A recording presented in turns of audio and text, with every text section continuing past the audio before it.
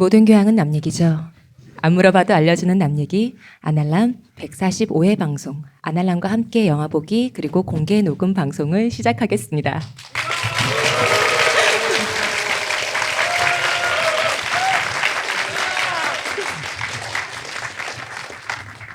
이동규 대표님, 안녕하십니까. 박 박사님,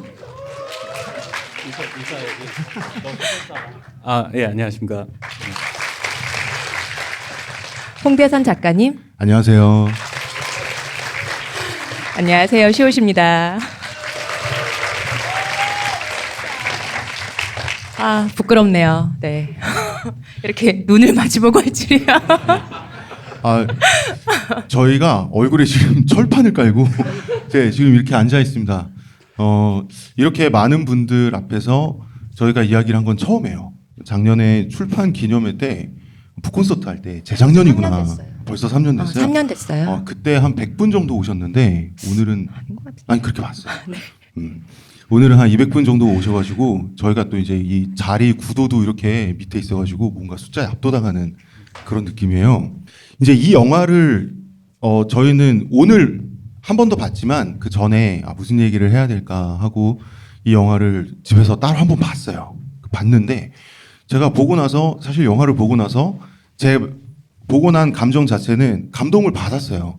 감동을 받고 좀 마음이 울컥했는데 내가 왜 감동을 받았지? 라고 이게 바로 언어화가 안 되더라고요. 그래서 이런 부분에 대해서 나는 왜 감동을 받은 건가? 나는 이 얘기를 잘 못하겠으니 이거는 전문가이신 대표님의 도움을 좀 받아야 될 것 같아요. 박 박사님이랑 이동규 대표님이 알아서 네. 해주실 겁니다. 아니 벌써 저 영화 얘기하기 전에 잠깐만 이제 정답은 저희- 구글 검색하면 나오니까. 그런가요? 되고요. 예. 일단 저희가 이걸 진행하면서 저희 생각엔 한 50명 이렇게 생각했어요. 근데 이제 폼으로 저희 의견을 청취했을 때 되게 많은 분이 오신다고 하셔서 그 중에서 커트라인 잡아서 한 200석 정도로 하자. 근데 저희가 그때는 200명이라는 규모를 실감을 못했죠. 실감을 못했어요. 근데 저희가 이제 여기를 대관을 하고 처음 여기 와서 이 자리에서 지금 이렇게 바라봤을 때 내가 지금 무슨 짓을 했나. 겁도 없이. 여기에 사람들이 이렇게 꽉 차가지고 저희를 쳐다보고 있을 때 말을 할 수 있나. 제가 또 사람들 시선이 꽂히면 저도 모르게 이렇게 하면서 이렇게 횡설수설하는 게 있어가지고 지금 약간 떨립니다. 그래서 어쨌든 말씀하시죠. 아니, 쓸데없는 얘기 하려고 했는데 원래 이제 무대에 서는 사람은 네. 이제 관객하고 아이 컨택이 돼야 되는데 시선을 깔면 안 돼요. 근데 되게 힘들어요, 지금. 근데 이제 관객분들도 지금 힘드실 것 같으니까 저랑 눈이 마주쳤는데 부담스러우시면 고개를 숙이고 귀만 열어놓고 계셔도 될 것 같습니다. 관객 보고 눈 깔아라 지금. 되게 부담스럽네요. 그래서 일단 좀 약간 분위기를 편하게 하기 위해서 저는 사실 사람들이 계속 이렇게 눈앞에 계실 때 여쭤보고 싶은 게 몇 개 있었어요. 뭐냐면은 일단 여러분이 보시기에 홍 작가님의 머리숱은 어떤가? 아니 제가 아까부터 영화 얘기 바로 그래서 질문 들어갔는데 그러니까- 저는 사실 마음에 부담이 있는 게 높이가 지금 낮잖아요. 그러니까 이제 그 생각보다 많나 아니다. 뭐 사실 본인이 평소에 말씀하시던 대로다. 어떤 느낌이세요? 이게 손 들어 봐야 되나요? 많아요? 감사합니다. 목소리가 적은데요 지금. 그럼 없어요? 얼굴 봤어요? 저희 팬분들 참 마음이 좋으시네요. 네, 그래도 이렇게 말씀해 주시는 분 또 하나 질문이 있어요. 저희 페이스북에 우리 박 박사님 목소리만 들으면 오다기리조라고 너무 잘생겼다고. 혹시 여기 적어주신 분 계십니까? 그래서 그분이 이제 그렇게 말씀을 하셨기 때문에 우리 박 박사님 바로 옆에 계시거든요. 자, 여기 오다기리조가 있습니다. 여기 여러분이 그토록 생각하시던 잘생긴 목소리. 지금 수치심에 몸을 불들불들 떨고 있는데 오늘 박 박사님 수치 플레이 하는 거예요? 지금 되게 창피하네요. 되게 빨가벗고 있는 기분입니다. 그래서 영화는 재밌게 보셨는지 약간 지루할 수 있었는데 제가 중간에 영사실에서 왔다 갔다 하면서 보게 된 게 조시다가 살에 들리시는 분이 계신 것 같더라고요. 이렇게 중간에 이렇게 처음에는 집중해서 보시는 듯 하다가 한 100분쯤 지나니까 여기저기서 콜록콜록콜록거리는 거예요. 이게 조신다 이분이. 그래가지고 어떠셨어요? 이게 좀 지루했나요? 저희는 좀 나름 좋다고 나름 뽑았는데 저희는 사실 많은 분들이 저 뒷부분에 가서 좀 이렇게 흐뭇한 표정과 약간 이렇게 감동의 눈물과 막 이런 거 할 줄 알았는데 박수가 터져 나올 줄 알았는데 저 그리고 조는 분 진짜로 봤거든요. 이게 고개가 이렇게 덜컥 이렇게 되는 분을 봤기 때문에 내가 이분들에게 돈까지 받고 뭐 하는 짓인가 해가지고 최대한 웃겨드리고 싶은데 저도 이제 더 이상 멘트가 바닥이 나는 관계로 이제 본격적으로 영화 얘기를 해야 될 것 같습니다. 예. 오늘 도쿄의 아니, 밤하늘은 항상 가장 짙은 블루 보셨죠? 아니 그 제가 항상 이 박 박사님한테 부러워하는 부분이 머리숱이거든요. 근데 그것만 방금- 부러워하신다고요? 그러면 안 돼? 근데 방금 하신 말씀이 밝아버는 느낌이다. 그러는데 본인 이미 없는데. 그러니까 이거 누가 더 밝아버는 느낌이겠어요. 예. 근데 이제 제가 박 박사님 보면서 항상 제가 처음에 박 박사님 보고 나서 이동규 대표님한테 아 그분 참 잘생겼다라고 아니, 이 그런 얘기 대표님한테 그만 얘기했었는데 하셨으면 그때 대표님이 하셨던 얘기가 그 친구가 잘생겼을 리가 없는데 딴 사람 얘기하는 줄 알았죠. 아니 머리숱 때문에 홍 작가 그렇게 본 거 아니냐. 예, 그건 그런 그럴 말을 수 했었죠. 있죠. 예, 예. 맞아요. 저희 근데 참고로 홍 작가님은 가끔 이렇게 친구를 소개시켜드리거나 할 때 머리숱이 많으면 진짜로 후일담으로 꼭 그 말씀을 하세요. 진짜 잘생겼다 그분. 미치의 기준이 머리카락인 거죠. 네. 그 후광 효과죠. 돈 많은 사람 잘생겨 보이고 인기 있으면 잘생겨 보이는 것처럼 홍 작가한테 머리숱이 많으면 잘생겨 보이는 거죠. 아 그렇죠. 예. 오늘 와서 보신 분들은 다 이해하시려고 생각해요. 그 부분에 대해서. 아니 아까 못 하시는 분들도 많은 거 지금 같아요. 말씀 못 하시고 있지. 다 이해해요, 우리가. 그 사람을 앞에 두고 이렇게 모욕을 줄 수는 없잖아요. 그러니까 여러분들 참 마음 좋으시고 이 마음 좋으신 분들 저희가 지금 긴장을 해가지고 아무 말이나 횡설수설하더라도 잘 이해해 주시고 근데 이게 현장에서 들을 때나 저 사람 횡설수설 하는구나 싶다가도 그냥 현장성이 있으니까 듣게 되는데 저가 걱정인 거는 이게 이제 녹음해서 올릴 거잖아요. 들으시는 분들이 무슨 생각을 할까 도대체 무슨 일이 있었길래 얘들이 이렇게 횡설수설을 하나 아마 그럴 것 같습니다. 그래서 본격적으로 저희가 이제 시간이 얼마 없어서 영화 얘기를 그냥 바로 해야 될 것 같아요. 네, 홍 작가님 감동 받으셨다 그래가지고. 네. 감동을 받았어요. 근데 이 영화 이제 엔딩 크레딧 올라가고 딱 껐을 때 뭔가 나는 감동을 받았다는 느낌을 받았는데 네. 왜 감동 받았지? 하고 정리를 하려고 그러니까 이게 언어화가 막 안 떠지더라고요. 나 같은 경우는. 그래서 나는 이제 그거를 두 전문가분한테 물어봐야 된다는 거죠. 본인이 받은 감동을 왜 남한테 물어봐요? 아니 왜냐면 모르겠으니까. 그러니까 이제 감동 받은 포인트는 저는 사실 영화에서 뭐 있긴 있어요. 영화에서 가장 좋았던 부분이 공사장에서 막노동을 하는데 그 등장인물 중에 한 분이 쓰러져서 바로 죽잖아요. 예. 전 사실 그때 감동받았어요. 그 허수가 울컥울컥하는 네, 그때부터 내경색을 은유하는 그 네, 장면에. 그때부터 영화에 몰입하기 시작해서 마지막까지 되게 진하게 영화를 봤거든요. 아. 근데 그때 제가 이제 굳이 언어화를 하자면 어떤 거였냐면 거긴 뭐 영어적인 장치, 톤 앤 매너, 영상, 음악 이런 게 다 있겠지만 그냥 뭐 저는 작가니까 서사만 가지고 얘기를 하면 그렇게 공사장에서 열심히 일하고 자기가 매력적이라고 생각하는 여성도 만나고 데이트도 하고 데이트 이제 오늘 한 번 더 하기로 했잖아요. 오늘 일 열심히 끝나고 가서 또 둘이 같이 뭘 하든지 맥주를 마시든지 뭐 그 춤추는 거 멋있다고 했으니까 여성분이 뭐 춤추는 걸 보든지 그러고 있는데 그냥 죽었단 말이에요. 근데 그게 어떻게 보면 세상이 그렇잖아요. 삶이 그렇잖아요.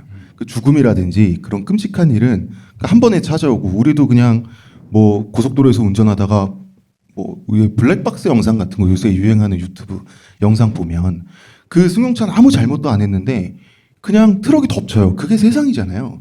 그래서 그냥 죽어요. 그래서 결국은 내가 이렇게 죽을 수도 있고 마지막 장면에 보면은 도저히 너무 뻔뻔하게 음치이신 분이 버스킹을 하시는데 간발해 이러면서 나중에 그분이 떠가지고 그분이 광고판으로 붙어있는 트럭이 지나가잖아요. 그런 것처럼 그냥 어느 순간에 잘 되기도 하거든요. 그래서 이 영화에서 강아지도 죽고 할아버지도 죽고 죽음이 여러 번 나오는데 그냥 죽어요. 근데 그래서 사람한테 남는 건 뭘까? 내가 힘들게 열심히 일하면 더 좋은 내일이 기다리고 내일 열심히 더 일하면 그게 누적되듯이 피라미드처럼 레고처럼 쌓여서 더 좋은 내일 모레가 오고 일 거라고 우리는 기대를 하고 그렇게 배웠고 노력을 하면서 살아간다라는 어떤 마취 비슷한 그런 기분을 느끼지만 죽을 때 그냥 죽잖아요. 불행은 그냥 오잖아요. 그래서 남는 거는 어쩌면 없을 수도 있는데 굳이 하나 있다면 현재밖에 없다. 남는 그래서 건 필요한 게 연애 심리 아닙니까? 예. 그래서 그래서 그게 저는 그 분이 아무런 예고도 없이 그냥 탁 쓰러져서 죽고 바로 다음 장면에서 장례식 장면으로 넘어갈 때 별다른 설명도 없었잖아요. 그때부터 저는 영화에 좀 몰입이 됐어요. 자, 대표님 빨리 말 좀. 어떠셨어요? 언어를 잘 하셨네요. 아, 그래요? 훌륭하십니다. 예. 예. 두 번이나 보고. 근데 이런 일본 영화는 많이들 이렇게 일본 이런 톤을 익숙하신 분은 되게 어디서 본 것 같은 영화일 것 같아요. 일본 영화의 어떤 뭐라고 할까? 전통이라고 해야 네, 될까요? 이런 뭐라고 해야 되지 이거를? 일상물? 네, 그렇죠. 사소설? 네, 일상물, 안분지족하는 일상물들. 네. 근데 이제 이 영화가 조금 이제 다른 영화보다 좀 남달랐다는 거는 보통 이제 여기도 일본 영화에 많이 나오는 주제가 나와요. 뭐냐면 살자, 뭐 이끼루 막 이러잖아요. 네, 그렇죠. 살자, 네. 살아야 한다. 그래도 살아있는 게 좋다. 뭐 이런 식의 얘기들이 많이 나오는데 이 영화에서 좀 독특하다고 봤던 점은 뭐냐면은 도시에 대해서 이제 다루는 지점이었다고 생각을 해요. 그러니까 보통의 영화들이라는 거는 도시를 이렇게 약간 부정적으로 묘사하잖아요. 그래서 도시가 안 좋다. 도시는 뭔가 나의 모든 걸 빼앗아갔다. 그런데 시골로 가야 된다. 뭔가 자연으로 돌아간다. 자연인이 돼야 된다. 막 해야 되는데 여기서 보면 도시를 다루는 게 사실 여기 주인공들이 특히나 처지가 굉장히 좀 뭐랄까 좀 힘들다 곤박하죠. 보니까 네. 그 도시를 다루는 게 마치 이제 결론으로 가면은 이 도시를 탈출해서 어딘가 자연으로 특히 왜 여자 주인공 집이 좀 시골이잖아요. 리틀 포레스트처럼. 그렇지. 리틀 포렌 그 아버지 집을 물려받고 부기력식 인테리어. 여동생은 쫓아내고 너도 도시 가서 고생 좀 해봐야지 이러면서 오리를 여동생이- 끼워서 잡아먹고. 그러죠. 뭐 그렇게 여동생이 도시로 가고 싶어 하잖아요. 그거는 이제 걔가 갔다가 걔도 이제 걔가 돌아올 때쯤엔 또 이제 여기 없고 걔가 또 리틀 포레스트 투 그치, 찍고 이제 뭐 그런 건데 그런 느낌이 아니라 이걸 이제 자기한테 주어진 어떤 태생의 조건 같은 걸로 일단 다룬다는 거죠. 그러니까 내가 싫건 좋건 이거를 갖고 갈 수밖에 없는 거예요. 왜냐하면 사실 여기 중에서도 지방에 사신 분도 계시겠지만 혹은 지방에서도 도시에만 사셨던 분들 혹은 이제 약간 촌이라고 해야 될까요? 시골이라고 해야 될까요? 약간 그런 도시가 아닌 곳에 사셨던 분들과 좀 인식의 차이가 있겠지만 왜 그런 거 있잖아요. 어떤 누군가는 저 텔레비전 같은데 이렇게 자연인 보면서 좋다 이렇게 말씀하시는 분도 계시지만 나 저런 수세식 없는 데는 가서 절대 살 수 없어 이런 사람도 많거든요. 근데 도시에 사는 사람들은 근데 그런 말을 어디서 하면 되게 뭐라 그러지? 좀 이렇게 젠체하고 유난 떠는 사람인 것처럼 보는 시선이 있어요. 그러니까 왜 누군가는 막 이렇게 시골에서 오신 분은 자랑스럽게 스웩을 해요. 내가 시골 사람이다라는 걸 스웩할 수 있는데 도시에서 온 사람들은 그걸 스웩을 하면은 진짜로 젠체하는 것처럼 보인다는 거죠. 근데 사실 그래놓고 이제 도시에 대해서 그럼 저 같은 경우는 도시 출신인데 내가 해줄 수 있는 얘기는 난 도시가 나쁘지 않은데 요 얘기를 하면 좀 젠체하는 거니까 그럼 굳이 나쁜 점을 얘기해야 돼요. 사실 도시가 뭔가 공해도 많고 힘들고 삭막하고 뭔가 도쿄의 하늘은 뭔가 저런 소리를 하면 되게 힙스터처럼 보인단 말이에요. 이렇게 막 그래 너 도쿄 사는구나 이런 거 있잖아요. 트위터에 도쿄의 하늘은 뭐 어쩌고 하면은 근데 이 사람들은 그 조건을 그러니까 내가 이걸 어쨌든 극복해야 될 대상도 뭣도 아니고 내가 어쨌든 끌어안아야 되는 태생의 조건이라고 생각을 하고 그럼 여기서 나는 어떻게 살아가야 되는가라는 지점을 다뤄서 저는 좀 그게 좀 신선했던 거거든요. 저는 만약에 주인공이 진짜로 어딘가 흔하게 이렇게 도시 탈출을 꿈꿨다. 라고 했으면 영화를 보다가 영화 사실 중간까지도 되게 재밌게 봤는데 엔딩이 그랬으면 이제 진짜 전 자주 그래요. 그러니까 그 엔딩이 좀 안 좋은 영화들이 많으니까 집어쳐 이랬을 것 같아요. 그냥 진짜로 뭐 영화를 이따위로 찍어 제가 리틀 포레스트 보면서 분노했던 어떤 그런 것처럼 이렇게 도시에 사는 사람들은 이렇게 빈정이 상하는 순간이 있단 말이죠. 그랬을 것 같은데 그래서 이 영화가 그런 부분들을 되게 잘 다뤘던 것 같고 근데 잘 다루게 된 지점에는 영화의 구조적인 문제가 좀 있는 것 같아요. 그러니까 구조적인 어떤 장점이 있는 것 같아요. 문제라기보다는. 근데 너무 저만 말하는 것 같지 않습니까? 아니요. 네? 잘하고 아니에요. 계세요. 일단 계속해보세요. 계속해보세요. 네. 알겠습니다. 더 해봐. 알았어. 더 뱉어봐. 그러니까 보통 이게 영화가 비트 주세요. 보통 이런 영화는 시작할 때 사실주의로 시작하잖아요. 그러니까 왜 여주인공이 힘들고 남자 주인공 힘들고 이렇게 사실주의로 계속 영화를 하다 보면 만약에 그런 톤으로 계속 가다 보면 지금 이 영화의 결말로 가면 저가 아마 집어 던졌을 거예요. 왜냐면 실컷 힘들다 그러고 마지막에 꿈처럼 끝나잖아요. 그래도 뭐 힘들어, 뭐 간발해 막 이러면서 끝나니까 장난쳐? 라는 느낌 있잖아요. 노가다한테 꿈이 어디 있어? 뭐 이런 느낌이 막 드는 거죠. 근데 영화가 보고 나서 분명히 그렇게 찍었는데 마지막에 약간 묘한 감동이 있단 말이에요. 그러니까 나를 기만한다라는 기분이 좀 안 들었어요. 근데 그 이유가 뭘까? 그랬더니 미묘하게 사실적으로 찍었다라고 생각되지만 생각보다 되게 감상적이에요. 이게 저는 사실은 이제 아까 서두에 말씀드렸지만은 일본 영화 이런 일상을 다루는 작품들이 만화, 드라마, 영화 해가지고 굉장히 이제 일본 영화 좋아하시는 분들은 그런 톤을 좋아해서 많이 분들 보시잖아요. 이제 일상의 루틴을 평화롭게 돌리는데 불쑥 무슨 일이 찾아왔다가 어떡하지 하다가 받아들이고 다시 루틴이 계속된다라는 식의 작품들이 드라마도 그렇고요. 특히 만화에도 엄청 많죠. 많은데 이게 좀 다른 거는 저는 처음에는 흔한 그런 영화인가 하고 이제 초반 한 10분 정도는 보다가 그랬는데 안 그렇게 느껴졌던 게 중간중간 되게 이상한 앵글로 갑자기 막 도로를 막 휘젓고 막 한번 뭐 그러잖아요. 이게 뭐지 했는데 그러니까 제가 이거 보니까 중경사님이더라고요. 그렇죠. 네. 그러니까 중경사님에서 오히려 기법의 오리진을 좀 거기서 또 외래어 쓰지 말아야지. 기원을 찾을 수가 있고 죄송합니다. 근데 그럴 수 있는 것 같고 위어드하네요. 크리피하죠. 크리피하고. 네. 그러니까 또 생각을 까먹었잖아요. 그래. 이제 근데 문제는 중경상님이나 이제 그런 크리스토퍼 도일의 촬영은 되게 이쁘잖아요. 기본적으로 그죠. 굉장히 이쁜데 이게 안 이쁘잖아요. 영화가. 그죠? 앵글도 좀 뭔가 어설프고 안 이쁘잖아요. 이게 처음에는 기술적으로 문제가 있나, 돈이 모자랐나, 시간이 없었나 이 생각을 하다가 되게 의도적이라는 느낌이 이제 마지막에 가니까 들었던 이유가 보니까 일부러 거기 보면 신주쿠, 시부야, 이런 하라주쿠 이제 일본 여행 가보신 분들은 많이 익숙한 그 동네 한복판에서 이렇게 찍었어요 영화를. 근데 보니까 숨겨서 찍었더라고 카메라를 숨겨서 찍었더라고요. 되게 라이브 영어 자꾸 쓰죠. 되게 생생하게 배우들을 그냥 유흥가에 던져놓고 도찰을 하듯이 도찰이란 말도 요즘에 쓰면 안 되지. 도둑 촬영을 해서듯이 찍었더라고요. 그래서 그런 생생한 느낌을 주려고 엄청 애를 썼다 마치 촬영이 아니듯이. 그러니까 다큐 찍듯이 네, 이제 네. 뭐 다큐 3일 신주쿠 편 뭐 이런 느낌으로 하려고 했던 느낌이 좀 있고 그런 식으로 접근을 하다 보니까 약간 기술적으로 약간 좀 어설픈 게 어느 정도는 의도가 돼서 생생함을 더 전달을 하려고 했던 것 같고 그리고 그러면서도 중간에 그런 과격한 앵글이나 슬로우 모션들 기억나시죠? 되게 앵글이 어설픈데 갑자기 슬로우가 걸리니까 지금 슬로우 건 거야? 장난쳐? 뭐 처음에 그렇게 생각을 했다가 이것도 이게 그렇게 되게 생생한 느낌으로 찍었음에도 불구하고 되게 시적으로 느껴지는 게 그런 식의 접근법들 때문에 그런 것 같아요. 그래서 이런 얘기는 뒤에 더 하기로 하고 이제 일단 첫 감상 퍼스트 룩에서는 이런 느낌을 받았다 정도로 얘기했습니다. 다음 이슈를 빨리 던져줘야 제가 말을 할 것 같아요. 근데 이제 그게 제일 좋았던 게 우리나라에서 이제 잘 안 쓰거나 잘 못 쓰는 것 중에 하나가 나레이션이거든요.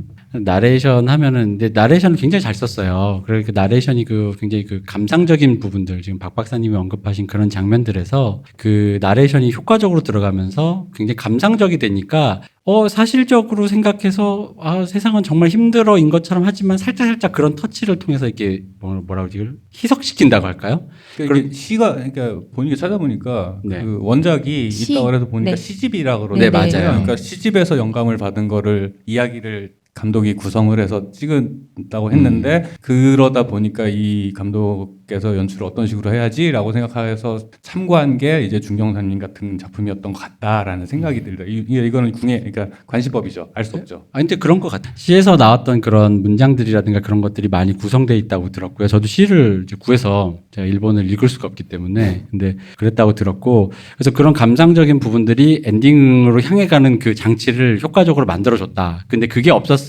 아마 마지막에 다 화냈을 영화인데 그렇게 됐고 근데 저는 사실 물론 촬영이 어설퍼서 이렇게 박 박사님은 굉장히 뭔가 그러니까 저는 되게 옛날에 보던 단편 영화들 같은 느낌으로 처음에 보다가 네. 이제 학생들이 뭐라도 해보려다가 안 됐던 그런 수많은 실패한 영상물들의 향기를 잠깐 느끼고 아차했다가 근데 그게 이제 보다 보니까 납득이 돼서 좋았어요. 그러니까 그게 이렇게 되게 좋게 말해주셨는데 저는 사실 이 감독님이 지금 꽤 젊으신 분인데 영화를 꽤 많으시던데. 네, 이게 거의 19살 때부터인가 영화를 찍으셨어요. 그래가지고 영화 천재네. 영화 천재. 그러니까 일본에서 주목받는 젊은 영화 거장 뭐 이렇게 부르시는데 이분이 이제 연출력 이게 젊으시다 보니까 방금 같은 그런 슬로우라든가 그러니까 약간 과감해요 영화를. 원래 좀 영화 배운 사람들은 겁나서 잘 안 하는 것들인데 그런 걸 그냥 아무렇지도 않게 쓰다 보니까 그래서 그런지 저는 촬영 감독을 좀 좋은 사람을 만났으면 좋겠다. 아니 왜냐면 나 진짜 아까 그 얘기한 게 나도 중경사님 생각한 게요. 이게 물론 지금은 크리스토퍼 도일이 나이가 드셔서 크리스토퍼 도일이 이제 세계를 다니면서 재능 기부하고 다니거든요. 그분이 찍었던 영화를 보면은 감독은 생각 안 나고 촬영 감독만 그것은 그림만 생각이 나죠. 이 크리스토퍼 도일이 찍으셨네라는 건데, 근데 그분이 젊으실 때를 생각해 보면 크리스토퍼 도일의 전성기 때 이런 영화를 찍어줬다면 영화가 더 좋았을 것 같거든요. 근데 좀 촬영이, 그러니까 처음 말씀하신 저도 그래요. 그 맨 처음에 자막 뜰 때, 이거 왜냐면 그 자막 처음에 뜰 때 그 도쿄 하늘 찍었던 물에 찍은 그런 거는 솔직히 카메라를 숨겨서 제한적인 데서 찍다 보니까 못 찍었다라고 하기엔 너무 못 찍었어.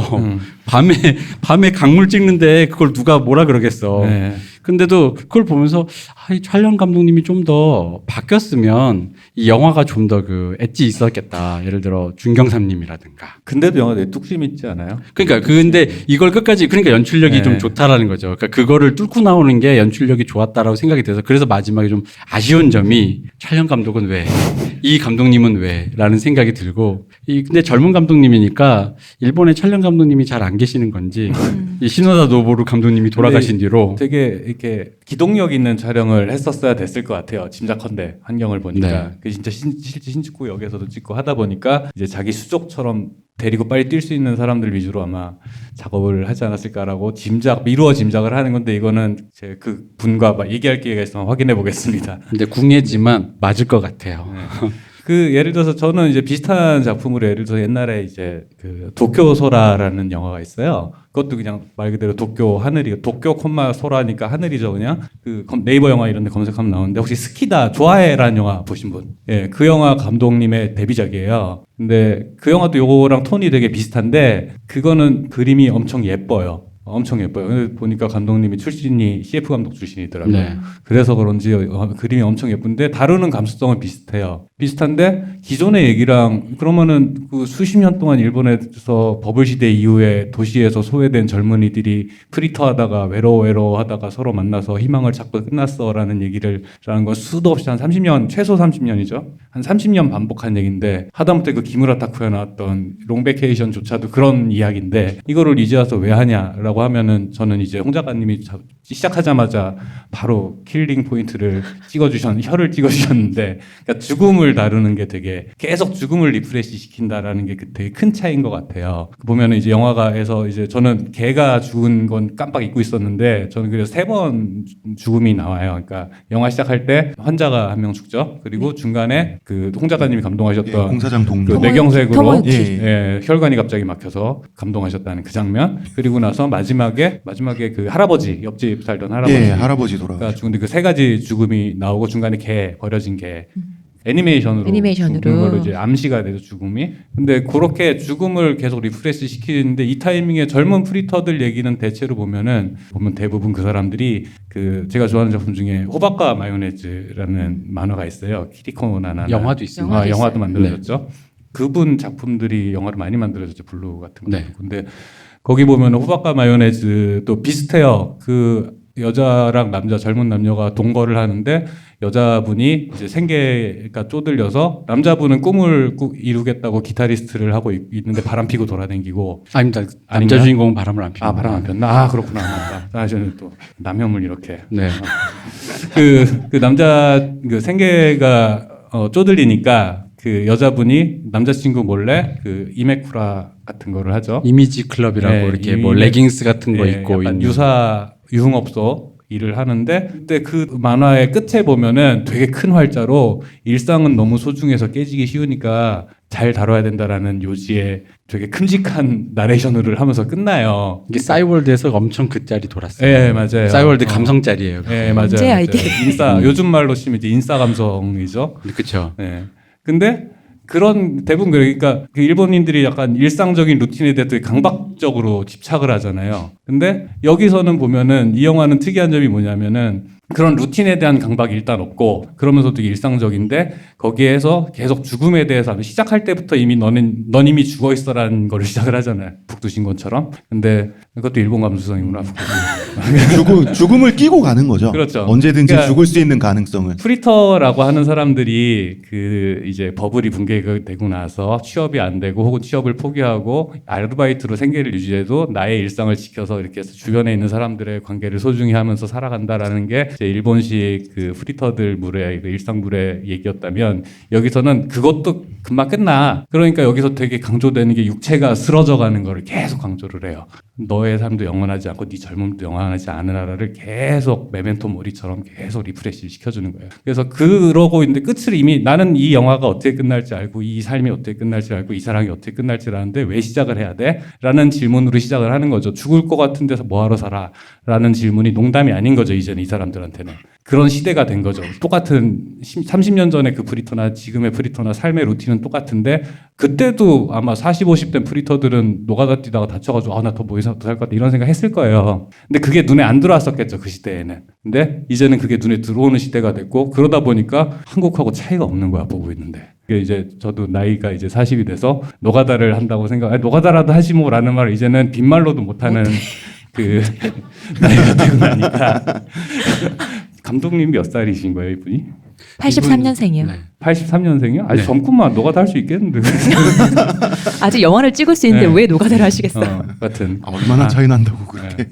어쨌든 그런 태도의 차이라는 게 그 버블 시대 이후에 그 버블 시대의 유산으로 이제 그 일본식 복지라는 게 기업에서 임금으로 해주던 그 복지에 의지해서 일정 임금을 사서 일상을 유지하던 게 이젠 그것조차도 쉽지 않다. 혹은 그게 되더라 하더라도 너의 삶이 뭐가 되는 건 아니다. 불가능하다. 어차피 너는 높은 확률로 우리는 높은 확률로 아무것도 아닌 채로 끝날 거고 홍 작가님께서 아까 지적하신 것처럼 아무것도 아닌 채로 끝날 거고 그런 죽음 너도 모르는 사이에 어느새 다가오는 게 진실인데 그럼에도 불구하고 왜 연애를 하고 왜 살아야 되고 내일 왜 또 노가다를 하러 나가야 되냐라고 묻는 영화인 것 같아요. 그 차이가 그 일본 영화 아까 이제 이 대표님이 얘기하셨던 그 구로사 아키라의 뭐 이끼루 같이 그래도 살아야지라는 말을 여기서 이제 간바레라는 말을 계속 하는데 그게 일본식 그 열혈물에 힘내야지 뭐 이런 느낌이 아니라 약간 아니 뭐 힘내라는 말 빼고 뭐 할 수 있는 얘기가 있나라는 그냥 약간 그래도 자조적인 살아야지. 느낌에 가까운 것 같아. 그 차이가 되게 크거든. 보통 그게 오그라들어가지고 이거 뭐야라고 할 수 있는 걸 되게 톤 조절을 잘해서 어쩔 수 없이 이걸 이런 말이라도 해야지. 그럼 그냥 죽어라라고 할 거야? 라고 할 수는 없는 거잖아요. 근데 여기서도 그 물론 이제 감독님이 의도하신 건지는 모르겠지만 그 간발에 부르는 여가수 분이 등장하는 타이밍이 좀 재밌는 게 보통 이제 계속 옆으로 지나가잖아요. 지나가서 이렇게 그러니까 신경도 안 쓰는 그런 존재잖아요. 존재인데 중간에 내가 저 사람이 계속 보던 저 사람이 저기서 노래를 부르네. 저 사람의 노래가 처음 귀에 들리네 할 때가 남자 주인공 그 여자 뛰어갈 때예요. 근데 보면 그때 자기 눈앞에 드디어 있는 건데 뒷모습이에요. 그러니까 이 사람이 마치 그러니까 좀 이게 짓궂게 말하면 이게 영화 감독님이 일부러 그랬는지 모르겠는데 보통 옛날식 영화 감독님이 이런 식을 이제 어떻게 쓰냐면 얘가 나보다 앞서가는 애인 거죠. 그러니까 내가 무시했는데 얘 이미 저 앞이고 난 얘 등만 보는 거예요. 그다음 그러니까 이해가 되는 게 그다음에 그 이렇게 트럭에서 이렇게 나타나잖아요. 그러니까 이미 이 사람은 저 멀리 갔어요. 근데 이제 내가 거기서 위로를 받고 놀랄 수도 있는데 나도 모르는 사이에 놀라고 근데 그게 뭐 이 영화에서는 약간의 그 위로랄까 뭐 감동의 어떤 순간이긴 한데 그러다 보니까 영화의 전체 논리가 어쨌든 간에 그런 꿈과 희망에 대해서 그래도 그럼에도 불구하고 좀 다르고는 있지만 저는 보면서 이제 그 마지막 이 나이 든 사람의 마음으로 느끼는 거는 젊다. 감독이 젊다.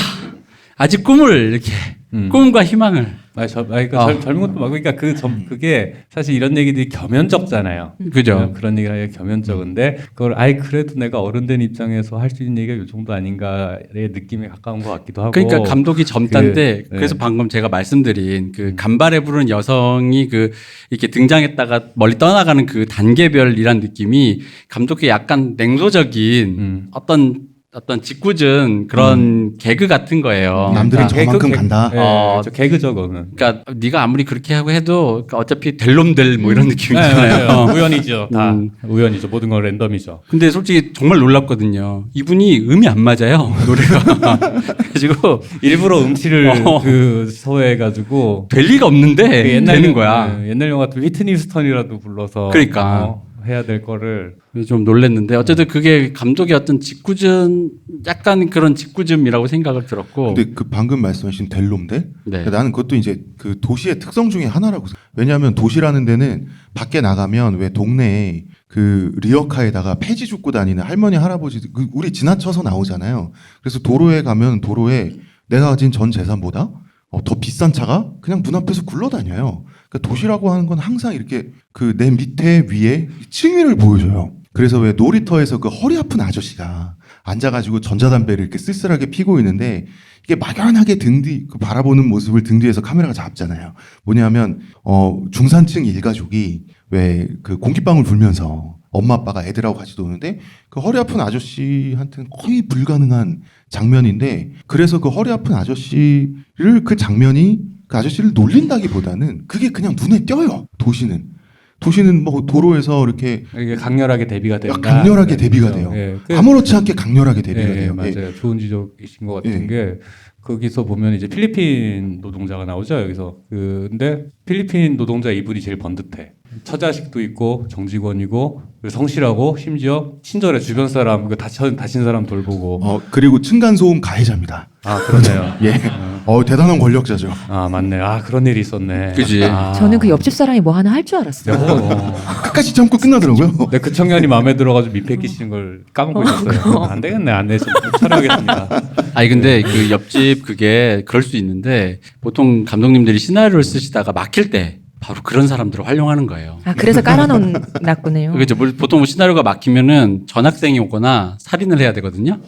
근데 이제 근데 안 막혀서 안 썼다. 뭐 이제 그죠. 근데 여기서 이제 막힐 길이 없으니까 굳이 그런 걸 안 쓴 거고 이게 막혔으면 이제 영화가 점점 답답하고 이제 끝나긴 해야 되는데 해결책이 없을 때 드디어 아까 그 친구가 가서 필리핀 애를 담그면서 제 2의 이제 그게 시작되는 거야. 이게 진짜로 이건 진짜예요. 시나리오가 막히면 모든 만화의 그 유명한 저 누구죠? 그 외국인 염을 멈춰주세요. H2. 만화 작가 누군지 아다치 미츠루. 예, 아다치 미츠루님이 자기 만화에서도 직접 그렇게 언급하셨어요. 이게 쇼트 프로그램이란 만화인가 거기서 보면 이야기가 막히면 전학생이 오지요라고 하면서 전학생이 직접 와요. 근데 본인도 이야기가 막히는 거죠. 근데 이제 그걸 개그로 푼 건데 실제로 그래서 여기서도 저도 무슨 일이 있을 줄 알았는데 그냥 그 절박한 벽을 치면서 도시는 나의 즐거움은 근데 옆에 있는 사람도 되게 슬프잖아요. 그래서 안드레스는 죽을 뻔하다가 죽이지 못하게 됐으니 필리핀으로 돌아가는 걸로. 원래 안드레스 옆집 사람 담그러 온 거던 거지. 예, 그랬던 거죠. 그러니까 아까비가 된 거죠. 그래가지고 필리핀으로 돌아가면 김윤석 씨가 기다리고 MG 가지 않냐. 아 죄송합니다. 어쨌든 그 얘기를 하려고 했더니 뭔 얘기 하려고 했지? 아까 그 칭임이 얘기. 예, 맞아요. 그러니까 필리핀 왜 자꾸 필리핀에 꽂혀가지고 내가 그 필리핀에서 한의 살해 사건이 그러니까 많이 필리핀 벌어졌는데 그 친구가 처지가 제일 좋다고. 그렇죠. 제가 보니까 예. 요즘 우리 박 박사가 수치 플레이를 아까 내가 너무 많이 시켜가지고 약간 뇌절 상태인데 제가 녹고 있어요 지금 네, 뇌가. 지금 여러분이 좀 이해를 해주시고요. 아스달 연대기 볼 때랑 기분이 비슷해요. 근데 그게 중요한 게 아니고 여기서 그 필리핀 친구를 얘기했던 이유는 뭐냐면 왜 이렇게 필리핀 좋아해? 몰라. 지금 이상해. 방송만 하면 이상해져. 이 사람이 원래 이런 사람이 아니에요. 박 박사님 힘내세요. 네. 오해하시면 안 됩니다, 네. 여러분. 제가 박 박사님 힘내시라고 드리는 말씀인데, 제가 올 초까지 박 박사님이 LG 트윈스 팬이거든요. 제가 LG 트윈스. 예, 제가 하나 그런 이글스 얘기 팬이라 하시네. 가지고 LG 트윈스 팬들을 박 박사님 포함해서 제 주변에 두세 명을 엄청 놀려댔어요. 특히 작년에. 근데 이제 하나 이글스가 그 최근 한 몇 년 동안 그냥 야구를 하다가 올해 다시 행복 야구를 하고 있어요. 제가 박 박사님 못 놀리겠어요. 네. 야, 지금 LG는 원래 DTD 떨어질 팀은 떨어진다잖아요. 네. 왜 계속 3위에 있는 겁니까? 거기가 자기 자리니까요. 그러니까 이게 필리핀 친구랑 똑같아요. 그러니까 아 좋다. 좋은 트랜지션이다. 야. 그러니까 이 친구는 자기 가정도 있고 직장도 있고 심지어 정직원이죠. 이게 또 갑자기 진지충이 되면은 이상하지만 그 사람이라는 게 이데올로기의 시대가 끝나고 갑자기 필리핀에서 이데올로기가 이상한데. 그래서 하세요. 빨리 한타 하세요. 걷지 말고 계속 얘기하세요. 자기 자리라고 하는 게 그 전에는 그 자리 옛날에는 종교가 있었고 그 이후에는 이데올로기가 있었는데 그건 이미 사실은 끝났죠. 우리나라에서 끝났죠. 그러면은 사람들이 자기 자리를 찾고 삶의 의미를 찾아야 되는데 그런 걸 학교에서 가르쳐 주죠. 가족이 소중해야 되는데 그 방금 얘기하신 그 허리 아픈 중년의 아저씨 분 그분이 되게 유명하신 분이라고 좀 이따 재밌는 얘기 좀 해주시죠. 아, 예. 잠깐 그냥 얘기해도 네. 다나카 테츠신가 그분인데 여기저기 많이 나오세요. 다른 데서는 카리스마 있는 데서 많이 나오는데 이분이 무려 일본 드라마나 그런 거 많이 보시면 아시겠지만 그 고쿠센, 트릭, 나카무 유키의 남편이에요. 심지어 나카무 유키에라는 그런 대여배우를 부인 두고도 바람을 펴. 마성의 남자예요. 지퍼가 열렸다고 무시하시면 안 돼요. 기만당했어요. 네. 그래서 지퍼 열고 다니는 거 아니에요? 그렇죠. 아. 그게 스킬인 거지. 어쩌지 나 그렇게 가난하면 전자담배 피는 거 좀 이상했어. 근데 그게 디테일이 너무 좋아서 나도 그게 감독님 아이디어라기보단 배우가 현장에서 해준 아이디어 같은 그런 거 있잖아. 이게 더 엣지 있을 것 같아요. 평소에 하시던 거?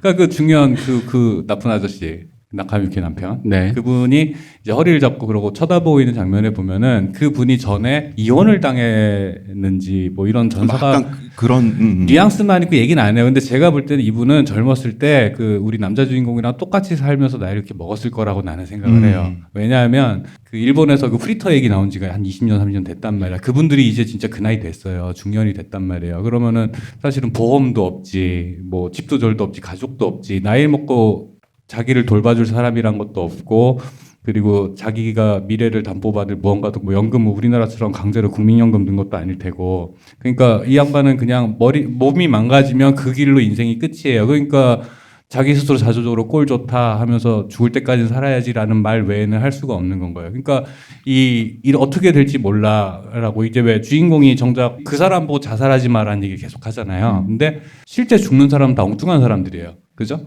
우연히.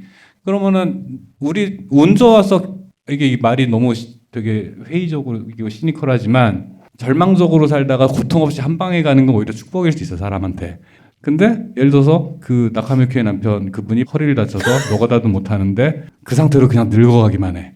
그럼 어떻게 할 거야? 지옥이지 뭐. 그런데 죽음이라는 건 그렇게 불현듯이 찾아오는데, 근데 주인공 입장에서 그 젊은 친구 입장에서 볼 땐 죽지 마, 자살하지 마라고 하는데, 그럼 그 양반이 하는 말이 그 이빨린 소리일까, 진짜로 걱정해서 하는 말일까, 뭐 알 수 없는 일이에요. 그러나 옆집에 그 할아버지 죽었을 때 주인공이, 그러니까 주인공이 계속 불안해서 떠들단 말이에요. 그러니까 불안해서 주인공이 불안해서 떠들 때는 일상이 계속되거나 뭐 아무 일 없을 때고, 죽음이라든가 실제 연애가 눈앞에 딱 닥쳤을 때는 이 사람이 말이 없어져요. 실제를 마주했을 때는 말이 없어져요, 이 사람이. 그 전에는 다 가짜고 공허하고 부유하는 것들이니까 그 불안을 채우려고 말을 계속 떠드는 거예요. 거기를 자기가 이 말로 채우는 거고, 시끄러우면 또 조용해지잖아요. 그 의미 없는 말들이 주변에서 막. 그러니까 그런 식의 대비라는 게 결국에는 그 삶의 의미, 그러니까 왜 제가 얼마 전에 되게 좋아하시는 분이 쓴 컬럼에 보면 그분이 조던 피터슨이라는 요새 핫한 작가 말에 대해서 분석을 하면서 했던 얘기가 그 얘기 하나, 제가 뭐 조던 피터 좋아한다 안 좋아한다가 문제가 아니라 그 조던 피터슨이라는 사람이 했던 말 중에 기억에 딱 남는 게 지금 젊은 세대는 의미에 굶주린 세대다라는 말을 했다 그러더라고요. 그 전에 내가 그래서 왜 살아야 되지? 뭐 내가 그래가지고 투표는 왜 해야 되지? 어차피 죽을 거 왜 살아야 되지? 뭐 이런 여러 가지 얘기들을 하는데, 이 등장인물 중에 그런 의미를 자기한테 내면화시켜서 성실한 삶을 살아. 이 힘든 일은 나를 위해서 사람은 힘든 일을 못 해요. 그죠? 의미 있는 일을 할 때 힘든 일을 할 수가 있단 말이죠. 근데 그 와중에 거기서 그걸 버티는 사람들은 대부분 걸스바 가고 뭐 이러면서 그냥 되게 회의적으로 살고 있다가, 그 중에 가장 건강한 사람은 가족이 있고 돌아갈 곳이 있고 자기 그렇죠, 필리핀. 예, 너무 좋아하시네요. 필리핀으로 돌아갈 곳이 자기 자리가 있고 자기 삶의 의미가 있는 필리핀 친구 안드레스인 것 같아요. 그래서 그 친구의 배치라는 게 되게 효과적으로 잘 된 것 같아요. 그래서 그런 종류의 그 기만일일지라도 자기 삶을 의탁할 수 있는 무언가가 있는 사람이랑 아닌 사람이랑 그 되게 차이가 큰 것 같고, 그렇게 해서 자기 그 마지막에 연애를 한다라는 건, 마지막에 연애를 하기로 결정을 했을 때 남는 거는 어쨌든 타인과의 관계를 자기가 짊어지겠다고 선언하는 순간이란 말이죠. 그러니까 그거는 그 연애가 앞으로 어떻게 될지 아무도 모르지만 그 자체, 그 태도의 변화 자체가 그 어떤 나름의 어떤 사소한 거라도 뭔가 생기는 거죠. 그런 태도가 중요하지 않냐라는 말을 하고 있는 것 같아요. 이 감독님이 그 말이 많아지고 적어지는 그 장치를 정말 그냥 기술적으로 잘 썼다가 아니라 이분이 굉장히 생각이 깊고 내공이 있다라고 제가 개인적으로 느낀 건 뭐냐면, 이 불안이 삶의 본질이라는 거잖아요. 처음에 이 사람이 불안해서 자꾸 떠든다라고 했을 때, 불안한 상태는 당연히 우리가 직관적으로 느끼기에 나쁜 상태잖아요. 평온한 상태가 좋은 상태인데 이 사람이 죽음을 보고 나서 말이 없어졌단 말이에요. 그러니까 말하자면 이 분이 언어하는 못해도 남자 주인공이 뭔가 본질을 본 거예요. 삶의 본질을. 그냥 어쩌다 확 그냥 결국 죽는 걸로 끝나는 게 삶의 전부구나라는 거를 알았던 것 같아요. 그냥 느꼈던 것 같아요. 그러다 보니까 답이 내려졌다고 생각하니까 뭐랄까 더 이상 궁금해할 것도 없고 불안해할 것도 없고 그러니까 말이 없어졌어요. 그럼 그 상태가 좋은 상태냐면 사실 좋은 상태가 아니라 자기가 좋아하는 여자, 관심 있는 여자 주인공이랑 데이트 나가서 최악의 데이트를 선사하고 그 다음에 자기를 좋아했던 여자랑 그 동창이랑 만나가지고 또 최악의 경험을 주고 그 장면 되게 슬프지 않아요? 예, 굉장히 왜 슬프죠. 이렇게 됐어요? 왜 이렇게 됐어라고 하니까 내가 이 정도니까라고 하는 장면이 네. 되게 그 왜 이제 한국의 대부분의 사람들이 잘하면서 얘가 머리는 좋은데 노력을 안 해서 이렇게 돼버린 그 수많은 분들이 자조적으로 하는 말인데 되게 슬프거든요 그 말이. 네. 왜 그 정도 일밖에 못해? 내가 그 정도니까라고 말하는 건 불안이 없는 상태란 말이에요. 그럼 내가 그런데 뭐. 근데 만약에 불안이 있는 상태라면 뭔가 그냥 뭐 어쩌다 좀 힘든 일도 좀 한번 해봐야지 하면서 막 겉멋을 막 부릴 거예요. 아니면 뭐 거짓말을 한다든지. 그 불안이 있는 상태가 과연 나쁜 상태냐. 그리고 이 여자 주인공이랑 잘 되고 싶으니까 불안을 다시 느끼게 되고 또 말이 많아지니까 결국 잘 돼서 뭐 결혼 약속도 한단 말이에요.